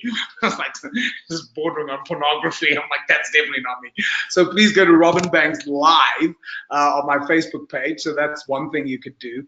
My website is robinbanks.co.za. But also you'll see there that I do lots of different seminars. My number one passion is the Mind Power course. My next one will be in April. April, you said April, huh? No, I think I can't remember the exact date. It's on the board there. Let me see if I can see it. It looks like it is the 12th, the 13th and 14th of April. It's a 2-day seminar. It'll be in Johannesburg, and then it's followed by 4 online webinars, because I ask everybody who comes to my seminar, don't just listen to me speak. I need you to do 30 minutes of mind power exercises every single day for 30 days in order to awaken the powers of the mind. But you can find all that. I think that's on my website, and otherwise you can connect with my team through the website. The other thing that is an opportunity, there's 2 other opportunities if people are interested and have the time. One of them is free. I'm doing an event this weekend with Brian Walsh. I think you know Brian. You've worked with Brian. It's called Real Success 2019. It's going to be at Gallagher Estates. There's five of us speaking, so I'll be doing my Mind Power talk there. And Billy Silikani, Justin Cohen, and Ann Wilson, the crazy Ann Wilson. And so there's 5 of us speaking at the event. It's a free event. You can go to realsuccess19.com and you can get yourself a ticket, or you can upgrade to VIP if you want. And the other one is at the end of the month, 25th to the 27th of January. I'm doing a 3-day Shaping Your Destiny course, which is where I invite you to become crystal clear about everything that you want in life, who you want to be, your mission statement, your goals. And we're going to do a fire walk with Quibus. Do you know Quibus? Quibus does the fire walk. And there's nothing like walking on fire to make you realize that you can do anything. It's damn scary. So that's those are some of the opportunities. I think I might have given you too much information there. No, fantastic. Well, look, I mean, as we build out the inner circle, I would really see you as being a very valuable partner long term, and hopefully we'll be able to provide links and make it easy for people within the environment of the Wealth University, etc., where people can go and find you and learn more and everything else. But Robin, I'm not going to do Q&A tonight. I do have my sister-in-law sitting here who's done your course and was so excited to hear that you and I were online tonight. She's actually sat, so she wanted to pop in and say, how's it? It's my one and only live guest to the webinar. Who is that? I can't see clearly. It's Caroline. Oh, yes, I know Caroline. Hi, Caroline. How you doing? Hi, how are you? If I was any better, I'd be twins. Good to see you alive, Caroline. But I'm not going to do Q&A out of respect for James in terms of where we're at. So if anyone has any questions or whatever, I think we've covered the ways that people can reach out to you. I know you've also got an early morning interview tomorrow morning, so are going to duck now. But thank you very much, mate. I highly, highly appreciate it. If nothing else, there's maybe a lesson for a few people, but I took a whole bunch of notes here, even in what you said, and I took some fantastic takeaways with regards to that. So I think it's been very, very valuable for me in terms of starting the year, and hopefully for everyone else that's been online. So deeply, deeply appreciate it, and thank you for your time. Very welcome. Thank you for having me. Awesome. Good night, mate. Cheers. Cheers. Bye. So now we're going to pivot, and this is where it gets really interesting. And because we're going to pivot from the right brain to the left brain, and it's all good and well to have your affirmations and know where you want to go and everything else, but you also need to have some of the right strategies and some of the right investment decisions. And I wanted to introduce you, James. And James, I can't remember when we first met each other. I've said for a long time it's been at least 10 years. It's got to have been quite a lot longer than that now in terms of that process. You clearly hold a very low profile, because whenever I search for you on the internet, I can only ever find this picture in terms of and what you do. I love what you've actually got on your website here, giving people a roadmap as to where the market is expected to head in time and price. And I really, really like that. I think it's very, very clever. When I wrote my book in 2014, James very kindly actually wrote the entire chapter 2. So a lot of what we're going to talk tonight, and if you want a copy of Property Going Global, I can send it to you. And I mean, basically, the entire chapter 2 was written by James. And so, you know, in terms of the theory of how he does what he does and all that, I mean, he's actually written about it, and it's in the book Property Going Global. So I mean, if you just type here Property Going Global, or as part of the Inner Circle, you should already have it anyway. If you don't, you know, reach out to us. We can give you a free ebook. And I think what's great is that even though the markets change, James's methodology doesn't necessarily change. There's two things, James, that I wanted to just mention before we go into a bit of a Q&A. The first one was that, you know, sometimes when I started the webinar, a lot of people think that, oh, this is only for the people that, you know, are really, really, you know, the people earning $1 a day. And I tend to say, well, I disagree with that. You know, middle-class people around the world are impacted by currency swings all the time. You know, I'm originally from Zimbabwe, and I've got a little note here that's $20 trillion. And, you know, this is a picture, and I always joke it's not my father, and it's probably a little bit more aggressive than what happened to my father. But, you know, in Zim, when the economy imploded and they were kicked off the farms and they pretty much had to leave with nothing, there's plenty of middle-class people around the world that are deeply impacted by currency, and even people in England, you know, when Brexit happened and elsewhere. And so what I found fascinating, and one of the reasons that I really enjoyed what James did, was that when I met James, I've met many, many people that used to be able to tell me what was going to happen with currency, including friends and family and bankers. And they would always tell me it's going to get better or worse, and a lot of it was based on opinion and gut feel. And I've watched and worked with James for many, many years. And the best way that I finally came to understand what he did was that it's the same as the weatherman. And he looks for patterns. And just like the weatherman 100 years ago was not very accurate at determining what was going to happen with the weather, you know, it absolutely blows me away now that I've got apps on my phone, and, you know, to the hour it tells me when it's going to rain. And you know, it's actually very accurate now, you know, when it rains. And so, you know, when it comes to wealth and when it comes to investing, and when it comes to, you know, they are directly impacted by currency and which markets you should be investing in. You know, people like yourself, James, have, you know, again, I'm going to use the metaphor of the weatherman. You look at the patterns, and those patterns help provide people with a context, you know, in terms of where the world is going. And, you know, I mean, you're far more the expert in explaining that than I am. But I always like to use that metaphor for people, because in a simple way, that's how I always understood it. And then the last thing I would say before I hand over to you is that your accuracy to me has always blown me away. You know, we've been doing events for many, many years. If anyone thinks that you know, James's prediction is X and it's just a prediction, well, go back and watch the numerous YouTube videos of James and I where he said, look, you know, X currency is going to be at X rate. And it blows me away. 3 months, 6 months, a year later, that's what happens, you know. So you've got a track record which is, you know, very close, if not over 80% to accuracy. And again, that's not just some marketing BS. I've personally witnessed it for over 10 years, which is why I wanted to have you so badly as part of this Inner Circle, because currency is one of the pillars upon which investment is made. So welcome, James. It's wonderful to have you. I know you're coming live from America as well, you know, in terms of, you know, where you are and what you're doing. Well, Scott, thank you very much for having us on again, and to be part of this whole Inner Circle journey, which we're starting tonight, aren't we? I mean, yeah, very much so, very much so. And I mean, to some extent, you know, along with your son Alex and stuff, you know, we've discussed this. I see a future where you guys have this phenomenal technology, and, you know, I see a future where we all now just want to run our lives on an app. And I see a future where the Inner Circle has, you know, your stuff coming in and other stuff coming in and helping people make smart decisions. You know, now we're not quite there yet from a technology perspective, but there's certainly no reason we couldn't start in the theory world and at least be introducing people to the right type of partners so that they can start to make the right type of decisions. And you know, for me, that's quite important. The other thing that's quite important is that previously the service offering that you provided has been, you know, very deep and analyzed and really for what would almost be seen as professionals. And what I've been trying to say is, listen, can we have a watered down version, particularly when people are investing in property? You know, I don't trade currency every day, or, you know, etc. But I certainly want to know what is going to happen in the quarter and in the medium and in the long term.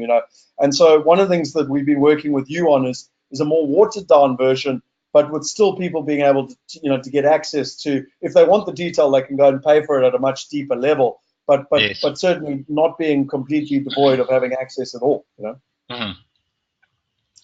So, well, that's we're keen to get involved in that, Scott, and that's part of what we wanted to share with everyone tonight, and to get some feedback on as to what what Inner Circle would actually want going forward. What currencies and what sort of time frames. But I don't know where we should kick off. Well, let's. I mean, I think you've hit a nail on the head, right? Perfectly. So we've got the little chat box. If people can just type in there the currency conversions they're most interested in. So is it the rand dollar? Is it the dollar pound? Is it the pound euro? Is it the Aussie dollar to something? I'd be really interested on those metrics. And then what we're going to do is we're going to bounce between slides, and if you want to show your slides, just shout, James, and let me know. I've got some questions that I just wanted to put out there and ask you, and then if it's easier to go to your slides and your graphs, it'll probably make more sense. And then when we finish and you're done, I'm going to put up a quick survey, and people can actually just say what they want, and we can get some more accurate information in terms of where we're at. So my first question is, what do you expect for 2019 in terms of where we're going? Yeah, I just wanted to perhaps take a step back, Scott, just thinking from what Robin was saying, and actually I was only thinking about it this morning, but our thoughts and beliefs actually drive our outcomes about any particular subject, so in relation to currencies as well.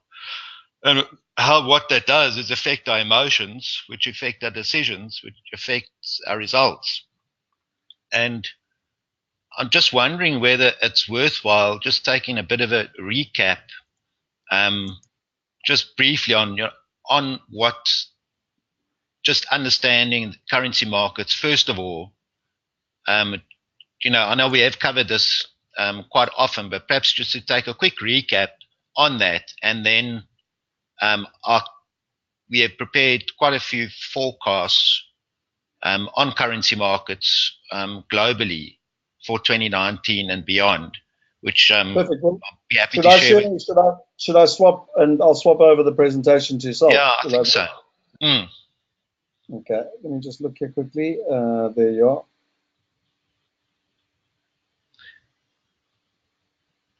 So show my screen.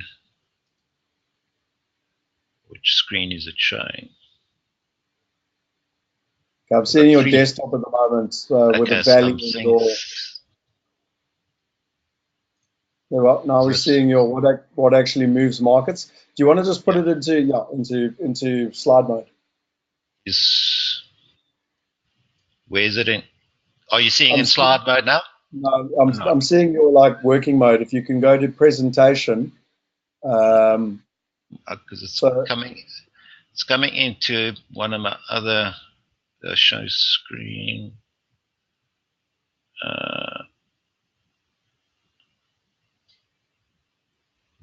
1, it's just, and now? Perfect. Now I've got it properly now.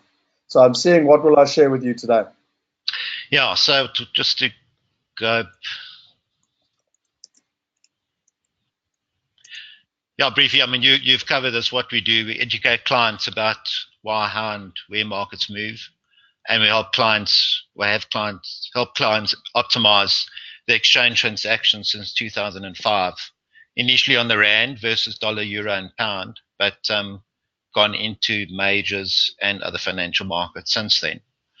But just wanted to share, what actually drives currency markets, get an understanding of that, how they move, and why we tend to exchange the wrong time, and then base of that, where we expect markets to head in 2019 and beyond. So, just the normal disclaimer stuff. It's not, we don't get everything right all the time. You still there, Scott? Yeah, I'm still here. Sorry, I just switched my webcam off so it makes it a bit easier. Good. I thought you'd given up on me already. No, not at all, dude. You're the one whose laptop died on me years ago, and I had to do this presentation. So no, I just switched my webcam off quickly. Yeah, well, you got the gift of the gab, so you're quite good at it until I get back up and running again. But this is always the interesting one. Is that if you look at this graph, you see that we all tend to exchange at the wrong time. And I know this is centered around South Africa, but it's like this for any financial market. That here, if you look at the dollar against the rand, when the rand was strong here, then in 2011, persons were moving funds into the country at the strongest time, whereas in February 2016, we know with Gordon Gate and Nairn Gate and all these other gates, everyone was rushing for the door when the rand was actually at its weakest. And that is just what tends to happen. It's almost we are wired to do things at the wrong time unless we have something to offset that. So just to give an understanding, what actually moves the markets, an exchange rate is there to facilitate trade primarily. I mean, that's what it's there for, so that I can sell my goods overseas and compete along with other persons. And what few persons realize is that when you look at foreign exchange globally in relation to all currencies, that the fundamentals, goods and services, trade of goods and services for the rand market is less than 5%. And I was looking at some of the other markets, if you look at the majors, that we're actually looking at less than 1%. Then less than 1% of forex turnover is related to goods and services. So here on a producer price inflation basis, this is where the rand should be going, but that doesn't explain all these huge swings, either side of that. So there's something else that is at play. And I found it very helpful to share our view of the traditional way of looking at markets and what actually happens. So if you look at any market here, most persons think of it as like a seesaw. So we got positive and negative factors and influences, different sizes, different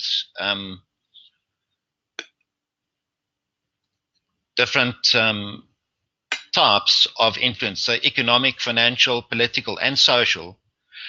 You can have ones that are more positive, some that are bigger factors, seem to be bigger factors, some that are negative, and some bigger and smaller factors. And what most persons do is look at that market, which I did in the beginning, as a fundamental analyst, and say, well, if we look at this bit of data here, if that is more positive, then it's going to push the market up. But if it actually turns out more negative, then it's going to push the market down. And the problem with that is we never know all this information at all. And more so, it's not these events that move the market. Because what moves the market is actually a seesaw, but it's persons. It's actually persons making decisions and taking actions based on those decisions. And Robin was talking about the amount of money flowing around the world. Scott, it's around $5 trillion per day that is flowing in and out of countries. So, and it's these persons here actually taking those decisions that move the market. So what happens is if you get more persons turning positive, then the market rises. If you get more persons turning negative, then the market falls. And that is what is actually moving the market. It's these persons looking at these events down here and taking a view of them. And some can view them positively and some can view them negatively. So it's not the events themselves, but it's the person's perceptions of those events.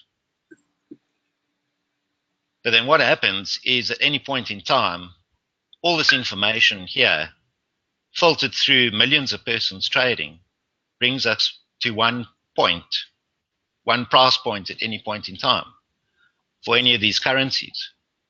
So this was just a snapshot taken earlier today, but for dollar, they've moved already from these levels based on new information that has come through here and persons taking decisions. So it's very important to see that all the information out there, which can be actual, as well as perceptions and fears of what might happen. We've got the Brexit situation, we've got the trade wars and so on. It's those fears that are also events that are feeding in here. So as you're saying, as the market moves, we then get the market moving like this. And what persons need to see is that this is not a reflection of these events, but it's these events and news and data filtered through persons and how they are perceiving that information that creates these markets. So if you look at any of these patterns here, 90% of our decisions that we make are emotional decisions. And so as a result, these are patterns of human mass sentiment, which simply recur over and over again.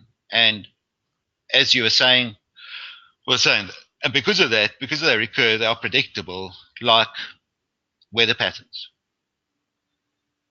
So now if we just take weather patterns themselves, as you're saying, Scott, they become, why they are predictable is because they're governed by the laws of nature. And those patterns, as we can see here, they recur repeatedly in smaller and larger degrees over time. And the more that has been done in understanding those patterns and the laws that govern them, as we're finding with these apps, they're becoming better and better at forecasting those future patterns. And it's just simply the same, is that we are actually governed by the laws as humans. We're governed by the laws of human nature. And there are things that we tend to do over and over and over again in smaller and larger degrees time. And it's analyzing those patterns, understanding them based on the laws governing them, that we now use to predict future patterns. And effectively, those are patterns of human emotion, which result in decisions, which result in moving the price. So how markets move, just simply, if we take it, anything in nature has got trends and cycles. So an action and reaction. We've got ebbs and tides, growth and decay, night and day, summer and winter, waxing and waning. We have these trends from one extreme to the other, and it's the same with the markets. So if you look at a point down here, I see I've got it the wrong way around here, but at the low point in the market, everyone is negative. Everyone has moved to the side, well, actually it's the other side there, but everyone's negative. But then what happens is persons start moving until we get, oops, this doesn't seem to be working too well, yeah. Until we get to the middle here, where everyone's bias is pretty much some are left, some are right. And we get to a point here where everyone has turned the other extreme. And that's why the markets reach an extreme, is that there's no one left on the one side to move either negative or positive. And at that point, when everyone is at an extreme of sentiment, that the market turns until we get someone moving again and the market starts dropping. So as you can understand then, why we tend to do the wrong thing at the wrong time is that when the market's at these extremes, we are thinking it can only get worse. Like in 2016, Scott, I don't think there was a single person that thought the rand was about to reverse. I remember Zuma was in full flight then. Yeah, exactly. And you spoke to your bankers and you spoke to your friends and everyone, and persons were saying 25, 50, 100 rand to the dollar. But at that point, there was no one left to turn rand negative and push the rand further. And so we get to this point where the rand reaches an extreme and then we get a reversal down. But as you can see, as a result, our emotions are our worst enemy. And that's why Warren Buffett says, be fearful when others are greedy and greedy when others are fearful. It's because when everyone is feeling one way, the market is likely to reverse. And that happens in every market, whether it's property, currencies, gold, Bitcoin. Bitcoin persons were talking about 100,000. And that was actually when we had a major high in place with Bitcoin. So don't talk too much about Bitcoin on this group. Quite a few people burnt their fingers. yeah, but I will, including me, to be fair. No, I'll show you some very interesting analysis on Bitcoin. So if you hang around until a few screens time, we probably can give you some better news there.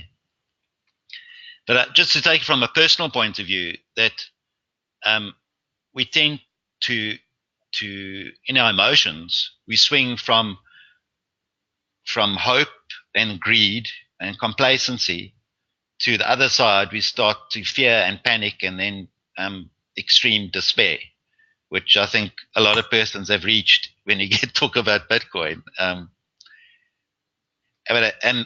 at those points that the market is likely due for reversal. So if we look at the low here, at any low, most of the market is at extreme panic. But then as the market starts moving up, we start, getting less and less fearful until we're neutral, until we get to the top where we become more hopeful, we start getting greedy, and we get extremely greedy and complacent. And so, well, this thing can only keep on going. And it's at that point that it reverses. And we start coming back again here, we start fearing again, and then we reach a low and we're at extreme panic again. And that is, we're on now onto the next trend. So just in summary, the paradox with this is that the market is a reflection of human emotion. And because of that, the patterns recur and they're predictable. But those same patterns result in us making the wrong decisions at the wrong time. And it just happens time and time again.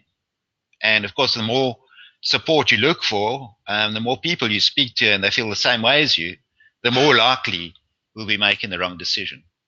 So what is the answer to that? We need to eliminate our emotions in the decision-making process through having an objective view and an objective system so that we can make objective, informed and educated decisions and take action at the right time instead of more often exactly at the wrong time. So what we've put together, Scott, is something that gives persons, and any objective system should do this. It should give the direction for the current trend, and that can be in several time frames, because over the next few years, a market can be heading up, but the next few months it can be heading down, and then the next few days within that it can be heading up again. So it's like in nature we've got fractals as well. these little patterns within bigger patterns. And then how far is that trend likely to extend in time and price? When is the market primed for reversal? And that's normally when most persons are talking, that it can only go further. That's actually when it's primed, but we give you those targets. And at what price is this outlook invalidated? Now, the fact of the matter, just like whether no system is perfect, but within that outlook, we need to have a certain level as to whether look at this. We obviously haven't got the right pattern, and we need to have a relook at this. So, to get to your question, Scott, where to now for 2019 and beyond? And that's amidst, a lot of political uncertainty, economic uncertainty, financial uncertainty, and social uncertainty. We'll never get direction by looking at all of that. Where we get our direction is just looking at what the patterns themselves are telling us. And that's what I want to share with you today, starting with the dollar. As you can see, this is quite a long-term chart, but I thought it might help, Scott, you're speaking about like a light version of what we provide. But in terms of what the inner circle are looking for, it is more the longer term picture that people are, in terms of investments, you're wanting to get those longer term trends. So this is what I've put together as an idea. Especially for us, because we in the property game, we're not trading in and out in a daily, weekly, even monthly basis, So for the dollar, just briefly, we've had this long trend down since 2001. And then a retracement up to 2016. And since then, we've had, on a smaller degree, of this 5-wave, a trending move down, and now a move up. And it could be, we might have go a little bit further up. But what we need to see is that the long-term trend for the dollar has reversed. So over the next few years, not only just this year, but if this took 1, 2, 3, 4, 5, 6, 7 years, from 2016, we're only 3 years, probably the next 4 years, we're in a downward trend.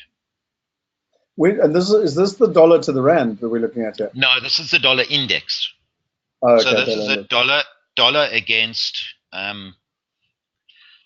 This is a dollar against a basket of currencies in terms of their trade. So overall, the dollar against most other currencies will weaken.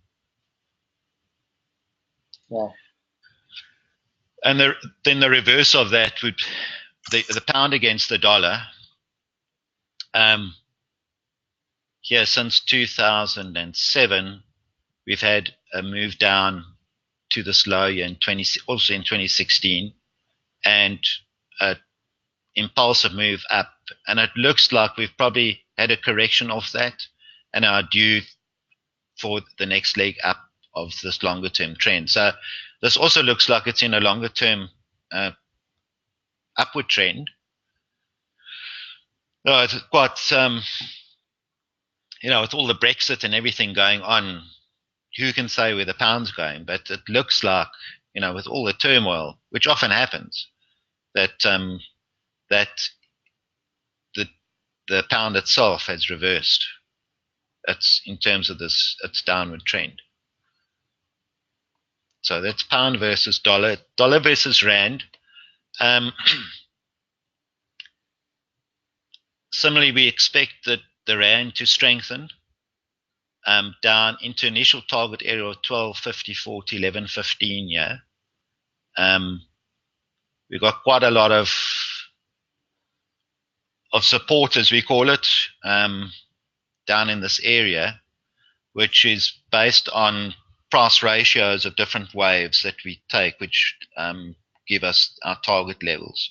If we break through that, we could actually drop quite a bit further into late 2019 before the market reverses.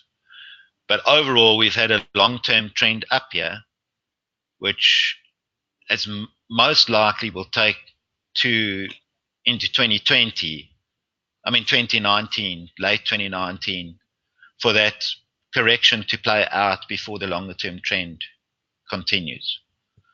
And that longer-term trend will take us beyond the 1780 that we got. So this, once we've had this pullback here, it's going to be pretty much one-way traffic for the next few years.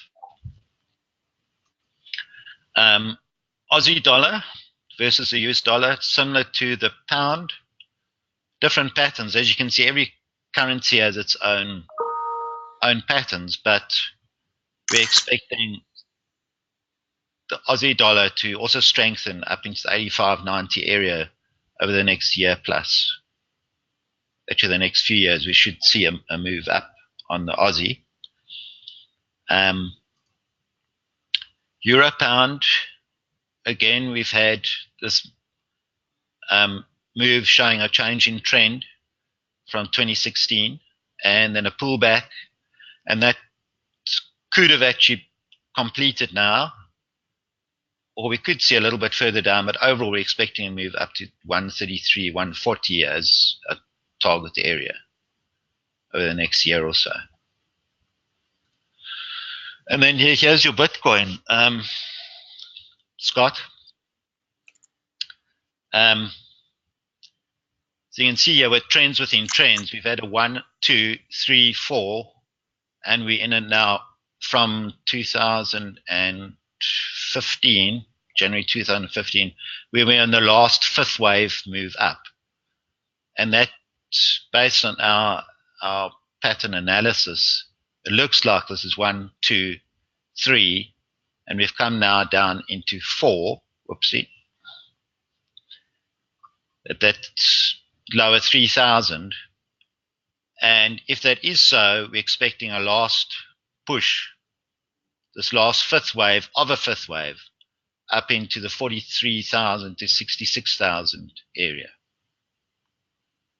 Towards the end of this year, or to next year? This year, we should see it this year. So what you're saying is I must hold on to my Bitcoin and not panic sell them. Exactly. Well, which probably a lot of persons have done just right here. I mean, everyone was panicking the last month or so.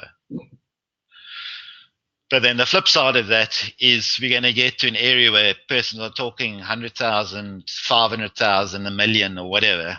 At that point, it's time to sell them, because once we get a 5-wave move up, we normally come back, the correction normally comes back into this 4th wave of the previous. And what price is that, just as my interest? 150, 1,163 to 152. Oh, wow. So like 2015 rates, basically. Yeah.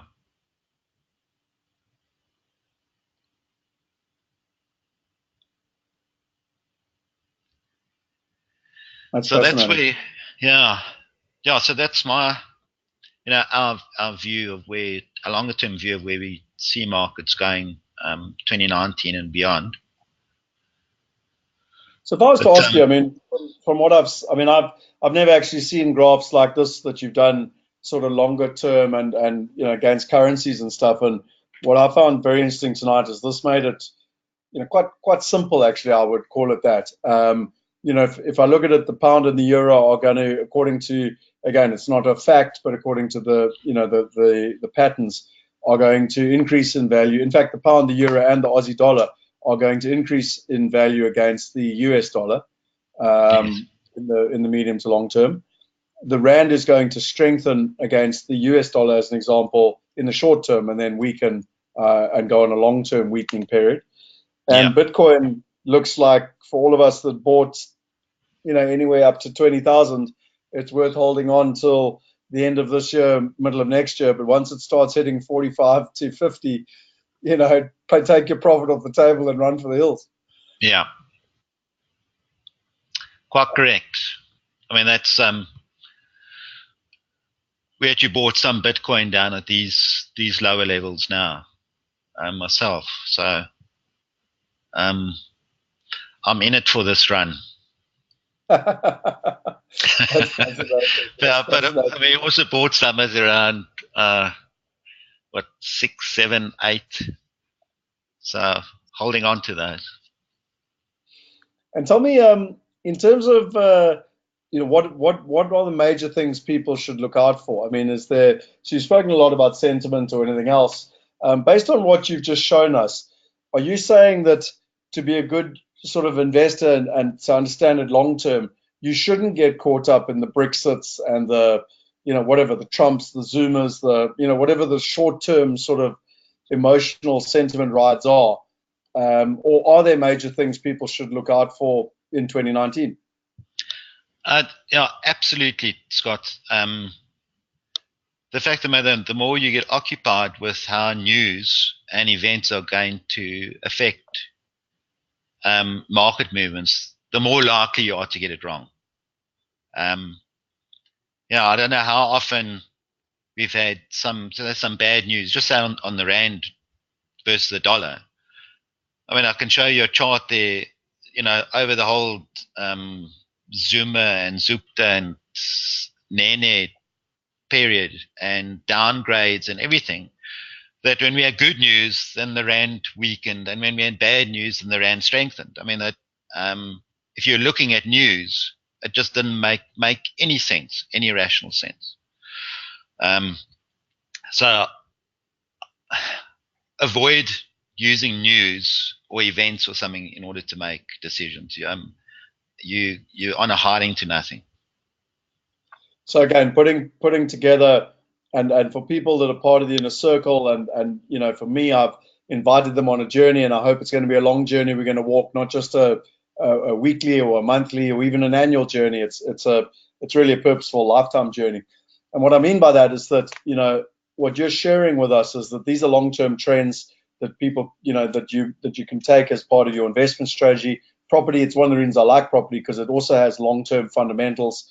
And by marrying the two together, you can really set yourself up for success long term and not be caught up in these short term political or economic upheavals that quite frankly are going to happen whether we like it or not. Absolutely. And tell me, James, my last question is, you've shared around the crypto space, which I find very interesting. What about for people that want to go a little bit deeper or want to know more, or in terms of even just an analysis of what you shared tonight? I saw your next slide come up by mistake, but my point being is that in terms of that next one, is that what are the next steps for people that are interested, and even at a lightened down version, in terms of what would people like to see? I don't know if you've got some slides around that. I've actually got the survey set up that I could ask people. So yeah, I'm not quite sure what you've got here. Well, I haven't really, because I thought we'd just chat around it. Well, if you don't mind, then what I suggest we do is let's go to the poll, and I'll put a poll up basically that I've created already, and the poll basically can then people can literally answer the poll. So the first one I wanted to put up was which currencies are people interested in, and I meant that to be multiple choice. No, I'm not going to change it now. Okay, well, this is the which currency are you most interested in, because it's a single choice. Apologies, I made a mistake there. But for us, we need to just gauge a sense of which currencies people really want to be following, because obviously there's 192 currencies in the world, and James doesn't necessarily have the time or the bandwidth to be looking at them all. So I can see 56% of people have voted. If the last couple of people want to vote, I'd ask it. And again, it's not necessarily only for you as an individual, but it just gives us context of where people are looking at. So just by the way, James, there's an overwhelming majority coming up at the moment for the USD. Second is the Rand. The third is the Euro. AUD is actually quite low, and then 7% is other. And for the people that say other, if you want to just type that in the chat box, I know there's nowhere to put it there, but you can just type it in the chat box. Okay, It'll so be there's no interesting to pound know. there. Yeah, it's a good point, actually, pound. Yeah, good point. So, but I mean, if people are interested in the pound as an example, they can put that in the chat box. Sorry, I only got 5 slots, so I forgot the pound actually. So I'll give that another 10 seconds.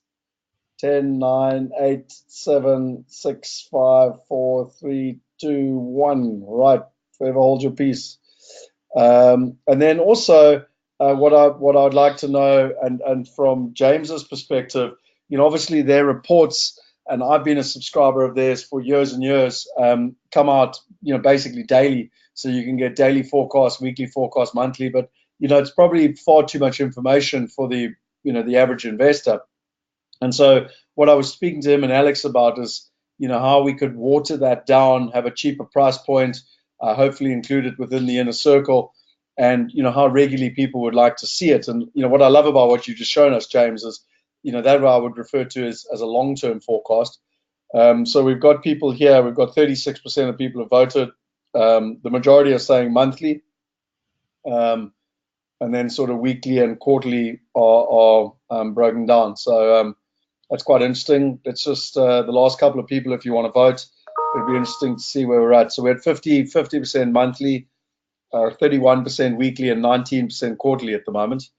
So those that do want it more regularly, daily and weekly, their current services are available, and James can let you know about that, that are that sort of level of detail where it's coming out, daily and weekly. For those, I think I'll close it out now. We're at 72%. So the majority, 50%, want it monthly, with 18% being annually. So call that 68%. Just to give you some feedback there, James. I can give you. Okay. I mean, I'll give you graphs afterwards. I'll be glad to get that. Yeah. So, but just to clarify on our two services, that dynamic outcomes relates to the RAND against the 3 majors, and that is provided bi-weekly. So just to pull that up here, this is the kind of information we give. Is the short-term outlook, which is the next few days, near-term next few weeks, medium-term next few months, and long-term next few years. So that's the kind of information we give out on our full service package. So we've got different levels as well. So it's from silver, gold, platinum, plus to our diamond packages. So that's on the RAN. And what we're looking at the moment is, with dynamic forex solutions, is more the majors and possibly Bitcoin, maybe gold as well, to have a similar service, maybe not as often as bi-weekly, but that's a sort of feedback we're wanting to get from both. We've been doing some ad hoc forecasts for clients, but we now at the point where we're starting to want to roll out a subscription service on the majors as well. So we've got a lot of people here that have said the Rand dollar. We've got one person that said US dollar to BTC. We've got Rand dollar, dollar pound, dollar euro, and then quite a few people saying pound. So I apologize to those that I forgot. We've got the pound, euro, and the Indian rupee as well. And gold would also be interesting. So I'm just telling you what people have written in the comments section. There's 2 questions here, and I am conscious of time. I am not very good at keeping time with these things because I love adding as much value as possible. But there's 2 questions, James. One, so for those that I apologize, we are recording it. If you have to go somewhere, I understand. I will still share the goal sharing technique just now, and I will, be answering the Q&A with James, as long as James is okay with timing. And we will be recording it if you need to watch the recording later. Does James think Bitcoin will be dead by then? So I think what he's talking about is, call it 20, whatever you had there, 2021, 2022. My takeaway from what you said is it wasn't necessarily dead. It was just trading somewhere from 120, or what was it, $150 to $1,100. Yes, correct. I mean, my own view on that is, if we it's similar to the dot-com bubble. The underlying technology with the dot-com bubble was the internet, and you had all these companies that came with the IPOs and so on, and only a handful of them actually survived the dot-com bubble. But those that were built on a proper platform and provided value against that, their share prices also tumbled with when the bubble burst. But they've not only survived but thrived, and it's very much the same with cryptocurrencies. I see that there is a future with cryptocurrencies, but the underlying technology, which is blockchain, that's what it's built on. And those that can actually harness that will not only survive but thrive. So I see Bitcoin will still be around because it was there at the beginning, and it's like with most of these markets. I think you'll agree, Scott, that the first one in the market, he takes the biggest share. But I think others like Ether as well is being used a lot in terms of a technology written on blockchain. So, I think some of those bigger players will actually survive a crash like that, and may not only survive, but it will flush out all the rubbish, and from then we'll get the market will, just as we saw with the stock markets, that the Nasdaq recovered, and we had far higher highs than we were in the 2000s. So that's my take on it. There's a question here. Would you be able to give a heads up on the rand to dollar through WhatsApp group? So it's quite interesting. What the question is that, as you know, because you're on a couple of our groups, people are getting more and more now wanting sort of real time and WhatsApp and whatever.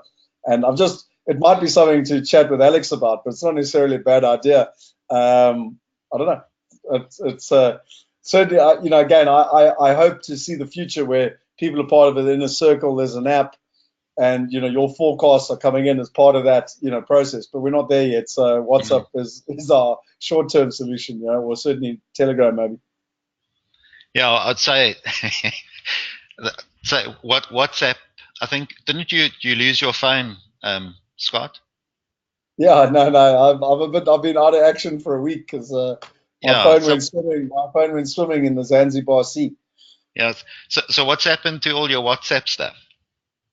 No. Well, it's sort of on hold at the moment. So any of you that are wealth partners didn't get a broadcast list. They probably quite like the fact I can't communicate with anyone. Yeah, well, I mean, that's my. We would never do it on. I mean, it's an interesting question, but Telegram is in the cloud. So the beauty of it, I can start a message here on my phone and finish it off on my PC. And if I lose my phone or my PC, my stuff in Telegram is still there. So WhatsApp is yesteryear. So the answer to the question is, it's possible to provide a digital communication tool, but not a WhatsApp. Yeah, I definitely. I mean, it's something we could look at. I know there are lots of those sort of groups around now. It's just how we would control it, I guess. But it's something let's discuss. Yeah, let's take that one, and we can put it on the on the conversation board.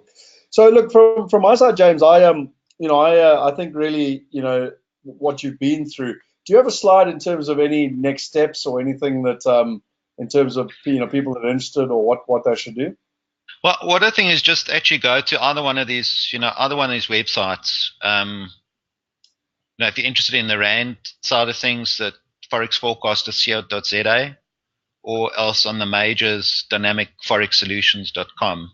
And we've got a contact form there. We've got a free trial on our Rand dollar rand stuff here if persons are interested. But I'd say just shoot us a message and we can take it from there.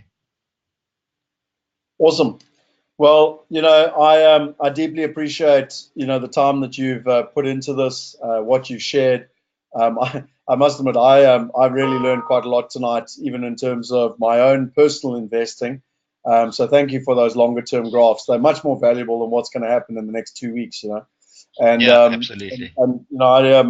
I really appreciate you sharing with our community, because hopefully it can help them make better decisions over the long term. And as an example, one good example of that is that, and everyone will know I'm agnostic as to what country I invest in.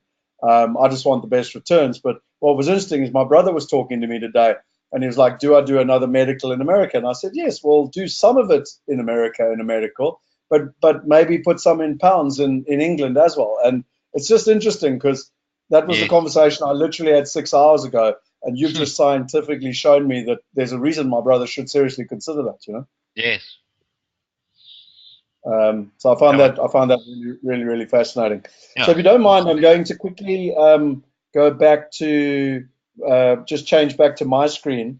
I want to finish off with a quick bonus from myself, where I just want to basically share with people a little bit around the goal systems that I use. So hopefully everyone should be able to see my screen quickly. And again, if you need to duck, James, I really appreciate your time. You're very welcome to stay on. I'm not going to be long. I just wanted to share this little tip at the end, basically. What do I get the bonus as well? Of course you do. No, yeah. So from my side, I wanted to share two little stories. One was, Robin speaks about the power of the mind and affirmation and everything else. And, I tend to find it, it's quite difficult if you want to have affirmations about being happy or being, peaceful or whatever. It's quite hard to visualize that and turn that into a reality. But when you talk about material things, it can be easier and people can understand the story better. So I want to tell you two quick stories. The first one was that when I was in my 20s, I lived in London. I got to London in 1999. I was 21 years old, and I lived in Wimbledon. And I used to run well, no, I lie about running every single day, but I used to run a couple of days a week, and I'd run past, there was a guy that lived in my road that owned an SLK, and a beautiful convertible Mercedes-Benz. And I remember thinking in my young 20s, that's what I want. I want a convertible, SLK. That's the car I want. And I visualized it, and every time I ran past it, I thought, that's the car I want. And when I got back to South Africa at the end of 2007, I was pretty much turning 30, and I thought, there's no ways I can afford a Mercedes-Benz. Let me go out and buy a Peugeot convertible, because it was the only convertible hardtop. And anyway, my now wife told me that there was no ways I was buying a Peugeot, and it's a whole long story, and how the world conspired. But this is actually a picture with me and my gran, and that's my convertible that I ended up buying, which was a convertible SLK 32 AMG at the age of 30. And it's just amazing how that story became a reality. A second story, which is probably even more powerful, because Robin spoke about vision boards and everything else, was that every year I do my vision board, and I've got my goals and my habits and everything else, my personal mission statement, and I put up pictures of things that are important to me. And so I just moved to Knysna. It was the beginning of 2013, and I basically wanted to buy a boat. And so I went online on Google, and I found a picture of a boat, and I thought, this picture, you can see I've circled it. It looks like a lovely boat. It looks like it's fast, and I like the colors. Blue's my favorite color, dark blue. If you know me well enough, look at the colors of Wealth Migrate, look at the colors of RPS. You might start to notice that. Anyway, long story short, we get to about November 2013, and I go into the boat store, and I decide it's finally time. I must buy a boat. And I go to the boat store, and I say to them, listen, I'd really like to buy this particular model. And the guy said to me, listen, dude, there are no boats available for the next 6 months. The next one will be available in April. Now, if you live in South Africa, that means you missed the whole summer, which is just ridiculous. He says, but I do have some good news possibly. I've bought one boat that I always buy every year in October, November, and I bring it down and I basically put it on the shop floor in December because I sell it to a holiday maker. Now I could give you first option on that boat, but the one thing is you're not going to have any choice around color scheme. Nothing. Like it's all built. Everything's agreed. You cannot choose a single thing. Now remember, I found this picture on Google in early 2013, and we're now talking at the end of 2013.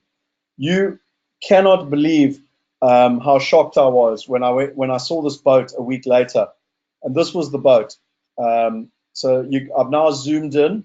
You can see that picture that I had on my dashboard, and so I'm just going to close something here. I'm just going to close the questions quickly so that I can also make sure I'm showing you the right thing. So now this is the picture I found on Google, and this is the real life picture. So there's the picture on Google on the right, and that's the picture of my wife and Jonty and our boat. I mean, it's exactly the same. Look at the color scheme. It's basically exactly the same. Look at the back. So here's a selfie of me and my younger son. Look at the way the blue color schemes go here. Look at the blue color schemes on the inside. Or what about at the front? Look at the front there of the color schemes, and look at the front here of where my son is sitting. Now, I don't think you get a more surreal or real life experience of how you can create your future. And it's why I believe goals are just so powerful. And I mean, this to me just absolutely blew me away. You know, when this boat actually arrived and I bought the boat basically. So I want to take that a little bit further. And as part of the inner circle, you should all have access to the investor test. I'd highly recommend doing the investor test. You get an investor report. It helps you know where you are. It helps you know where you want to get to, and it gives you a personal path to get from A to B. It's got all the different resources, the best books that I've read in my 20 years, the best coaching, the best people to speak to. But more importantly, depending on where you are and what you really need to go to the next level, it's got all the different guidelines in terms of what you can or can't do. So tonight I'm not going to go through that. You've also got access to the 8 steps to wealth, where I spent time in an entire micro degree going through setting your life up for success and goals and everything else. But and what we're going to talk about tonight is step 3, which is your wealthy journey, and it's your goals basically. So what I wanted to share with you was what Robin said, and apologies, I actually had these open and my computer closed, so I'm just going to have to reopen everything again quickly. So this is a spreadsheet, and you should be seeing my screen. I just want to double check you're seeing my screen here, right? Yeah. So this is a spreadsheet that I created when I was 27 years old. You can see that there's 7 areas to life, and what's really important is that there's no perfect system. So this is a combination of Tony Robbins, Hunter Strayer, Robin Banks, Chet Holmes, and I'm sure plenty of other people. And what I've basically done is I took all the different systems and I brought them all together and I put them into one place. And as you know, I quite like to build systems and have an organized way of doing it. So when Robin says, go and dream, well, you really are supposed to dream. And there's a great book which I highly recommend. I'll put it here somewhere. There it is, called Awaken the Giant Within. If you haven't read this book, take some time and go and dream. And you can see all my notes here. I did this when I was 27, where you just dream about stuff. He spoke about wanting to have an airplane, and you literally, there's no rules. You can write anything you want in life down. And I did it when I was 27, which is where this document started. And I then went and put it down. And then what I did is I put all the stuff down of what I want. You've got the time, the age, and then the years. And I put it right through to 2037, which is when I was 60. Now, some would argue that I should keep going, but anyway, that's what I did then. Now, if it's in blue, it's been done. So own SLK, it's been done.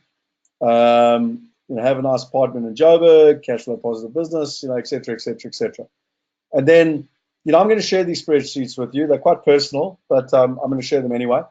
And you can see it now. If it's in red, it's this year, because I've done this exercise now in the last week. Because what I always do is I go to my lifetime goals, and I start with them, and I go through and I say, what have I done? What's important to me? If it's really important, it's in red. If it's important, it's in yellow. And if it's still needs to happen, it's in white.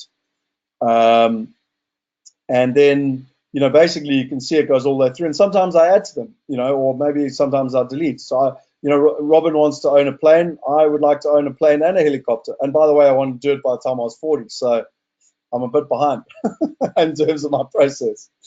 You can see buy an island. And then I've, for those business people, I've broken it down into IPS, Wealth Migrate, Wealth Create, Wealth University, Wealth Movement, the Global Wealth Group, and then even some business ideas that I've run through the years that I've got on hold. I've got that at vocational level. So vocational is your career and what you love doing. At a mental level, at a family level, so find true love. I mean, this was, when I did this, I didn't even know Kelly. And this was, what did I want in a partner? And ironically, a year later, I met Kelly. Social and travel. You can see there's lots of things that I've done here already. Physical and health. One of the ones I'm not very good at. There's more red here than on any of the others. And then spiritual and contribution. And, there's things like bongi and whatever that are in here, basically. You can see a bongi. In terms of that process. So that's the first step. It's the life goals. Then the next step is that you go to your annual goals, which I call my SMART goals. And I basically, from my SMART goals, I take, so let's start right in the beginning. I've got my daily habits that I'd like to achieve. I've got my weekly habits that I would like to achieve and that I try and track, so I've set them up for the year. I've got my monthly habits that I'd like to do, and again, I set it up for the year. I got my weekly plan. This one's incredibly powerful, and I'm hoping you're all still seeing my screen here. Yep, you are. And it's really to set your. What I realized in 2018, and I want to let you in on a little secret. This time last year, we were in the midst of launching the Wealthy Coin, and it was so busy, and I was going to get around to my goals, and I just never did. And it's interesting because Robin had the best year he's ever had, and I had the worst year I've ever had. And maybe the reason is I didn't do my goals and I didn't have my clarity. And I found myself being pulled from pillar to post and hugely busy and all over the place, and not feeling like you're winning. And so this time I went back to basics and what's worked for me, and I've already done a lot of work in the last week or two. And one of them is planning your week and getting non-negotiable. So when it's in pink or like whatever, and I'm on family, it's non-negotiable. Like meetings cannot be made there unless there's significant permission and whatever. You can see her working in the evenings on Mondays, Tuesdays, and on Wednesdays, but only if it's an emergency, other than obviously webinars like we're doing now. Then date night with my wife on Thursdays, relaxing on Fridays, etc. You can see our tech team sprint. You can see our weekly cash flow, our leadership team meetings. These are the important things that just don't change. Our marketing meeting. And then the green stuff, if you've read the book, The One Thing, is that you book out the morning to make sure you're focusing on the important stuff every morning with only having meetings. So you can see a team one-to-one calls, weekly meetings. So the only time that I want Megan or anyone in the team to be setting up external meetings for me without, online and whatever, is on a Tuesday afternoon and a Wednesday. Tuesday and a Thursday. Now there's obviously some gaps and whatever. Then you've got the financials. So now you go down and you actually take what are your financial SMART goals for 2019, breaking it down between personal, property, business, and the different businesses, etc. Then you've got the financial analysis. This one here is breaking down, your actuals in 2018, your projections in 2019, and exactly what it is you're doing. And then I've got a financial controller, Debbie Vernon, who I work with, Kelly and I work with, and she updates this every month, and then we get budgeted to actuals, just like a business. So for your personal life, you know, and it really, really helps get to what you want to.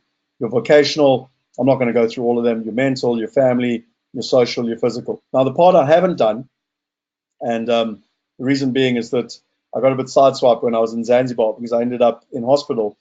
But the last part of there's a couple more parts of the process that I need to complete. And if I go to my goals here, sorry, let me just go to the goals here, and where's it gone? Here are, is that I finally, the final part of the process is that once I've got my annual goals, I then break them down into my quarterly goals. And I basically go through every quarter. I track myself and my wife. We track how we've done, whether we're on or off in terms of balancing our lives, in terms of the process. I always try and get our top 10 to 15 goals in terms of where we're on. We map the progress. And then every quarter, we basically write down what it is and what has to happen between, again, financial, vocational, the 7 different areas. And then it pulls through to create the graphs. So you know where you're at. Now, I've found that when I've had some of the best successes in my life, I've actually forced myself to write these down daily, these goals daily, in terms of this process. And then once I've written, you know, once I've got these goals, I then go and create the dream board. So, oh, where's it gone? Yep, here it is. So you can see mine is 2017. I've been honest with you. I didn't do it in 2018, which is why I think I had the year I had. You can see here. So here was my dream board, and you can see my top level goals. Where's my mouse gone? Here in the top left, I got my Q1 goals. I've got a poem that I absolutely love, reminding me about my son, my book, being mindful, Lemonade Day. This was that we wanted to have a sibling for Jonty. Revenue, I wanted to build multiple revenue streams.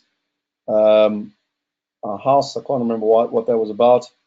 And then, you know, Steve Jobs, and then my personal mission statement, etc. In terms of where we're at. So, and then the last thing that I wanted to share with you was, if I, what's it doing now? I'm going to go to this, and I want to share with you the future vision. Now, this is one of the most beautiful things I learned from Roger Hamilton, and this is something that I have done, which is where you write yourself a story. So if you want to go and see my future vision, let's rather do my future vision, my most recent one. And where would I have saved it now?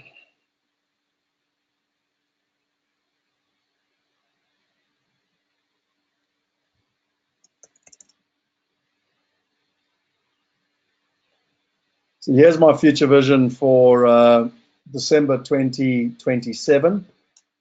So I did that with a view to 10 years.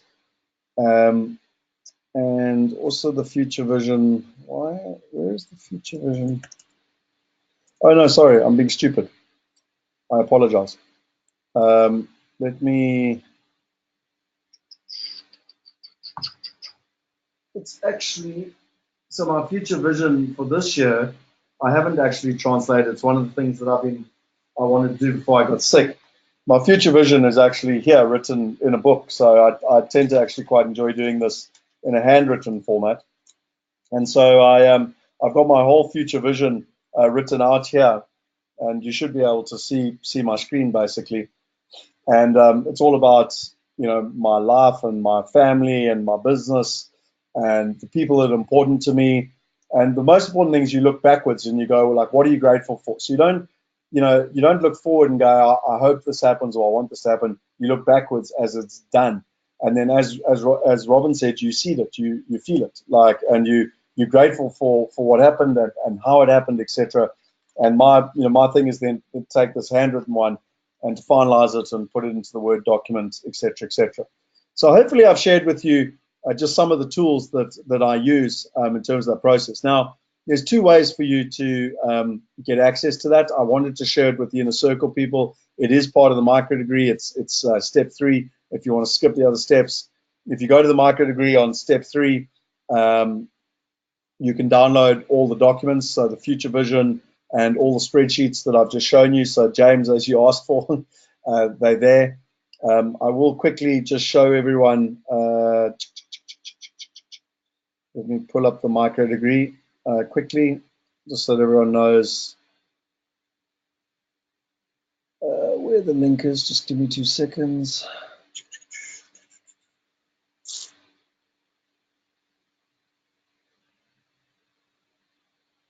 Why am I struggling to find the micro degree? 8 steps micro degree. There it is. So it's lost the link there. Anyway, I'll if you go and search there, it's the 8 steps to wealth through real estate. So you can see there it's geniusu.com/degrees/36. Saying that though, you can just go to the Wealth University, and you know the links are here to be able to get access to the stuff. You can see here in terms of, so it's all here in terms of being able to get access to it. So take the test, and if you take the test, it takes you to the micro degree, etc. In terms of that process. Okay, so I think I'm very conscious of time, and I apologize for running over and got excited with our guest tonight. So these are the things that I've shared with you: your life plan, your annual plan, your quarterly plan, and even breaking it down into the day. Now, I haven't quite finished it, like I said, and that was a picture of me in A&E on Sunday night, where I had to basically get a drip for 4 hours to rehydrate, which is why the last couple of days of Zanzibar, I was going to finish it, and I ended up ending up in hospital in terms of that process. And really, for me, you know, that brings together a conclusion to our first Wealth in a Circle.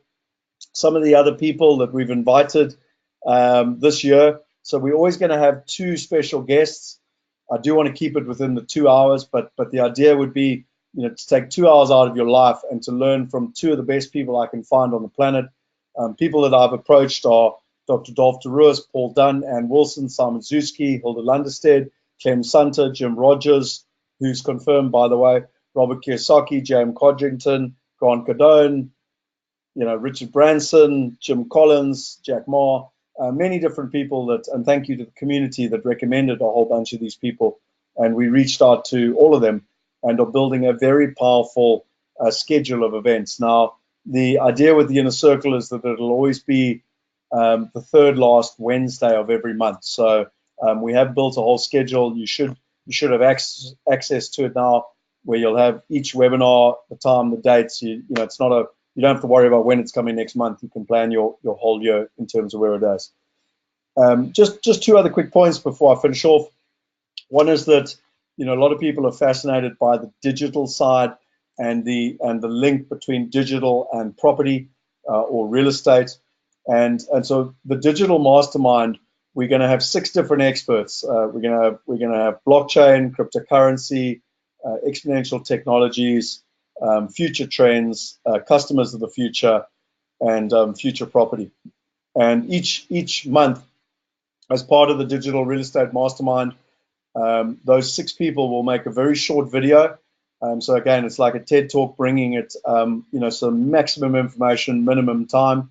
And then once a month, I will be interviewing one of those experts, where we'll be deep diving into the trends and what's happening. So that won't be a course, it'll be a journey, because things are changing so often. And if you want to be part of the epicenter of what is happening, then really, you know, this is something to look at. It's by application only. So the only way that you can, you know, get access to it is that you need to go to the website. So it's wealthmigrate.geniusu.com/blockchain. Or again, you can just go to wealthuniversity.org, and it'll take you directly there in terms of that process. And then lastly, the Global Real Estate Mastermind. This is going to be our premium product. It's going to be 10 people that I'm inviting on a journey to come with me. So as much as tonight is where it's a go-to meeting and it's sort of one-to-many, in a true mastermind with only 10 people, it'll be a Zoom meeting. We'll all get to share. And when we talk about things like goals, we'll be doing them together. We'll be sharing with each other together. We'll be holding each other accountable. It's going to be very difficult to get in to be part of that on purpose because there can only be 10 people.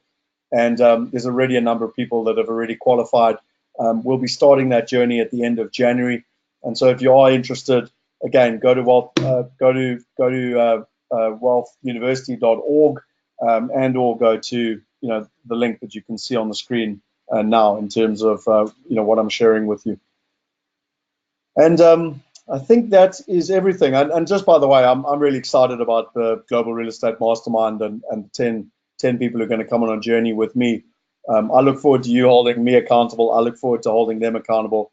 And the whole idea is to help everyone take another step closer to being a global citizen. That's the purpose of why we've created that. And then to finish, well, if you're excited about what we're doing and the Wealth University and Wealth Migrate and Wealth Create and Wealth Movement, then we're changing the way that things are working now. People can invest in our platform, in our company. In the past, you had to wait till IPO in Facebook or Amazon, and most people would have loved to have invested in Uber or Airbnb. We're now allowing people to invest up the growth scale. We are closing. We've got the official closeout date now on the 1st of February from Cedars. And if you are interested, we're doing an equity crowdfunding with Cedars. They're the biggest in Europe. And you can just go to cedars.com/wealth migrate. And again, if I just go to the website, I'm extremely grateful of the process and the progress that we've made. You can see here in terms of, we're 184% funded. We're well on the way to the 200%, which is, really where we want to get to. And then the last thing I just wanted to mention was that while the Cedars was open, we did make it available to people that invested at different levels. So blue level or above would automatically qualify for a year's worth of the inner circle. If you're at silver, you would automatically qualify for the digital real estate.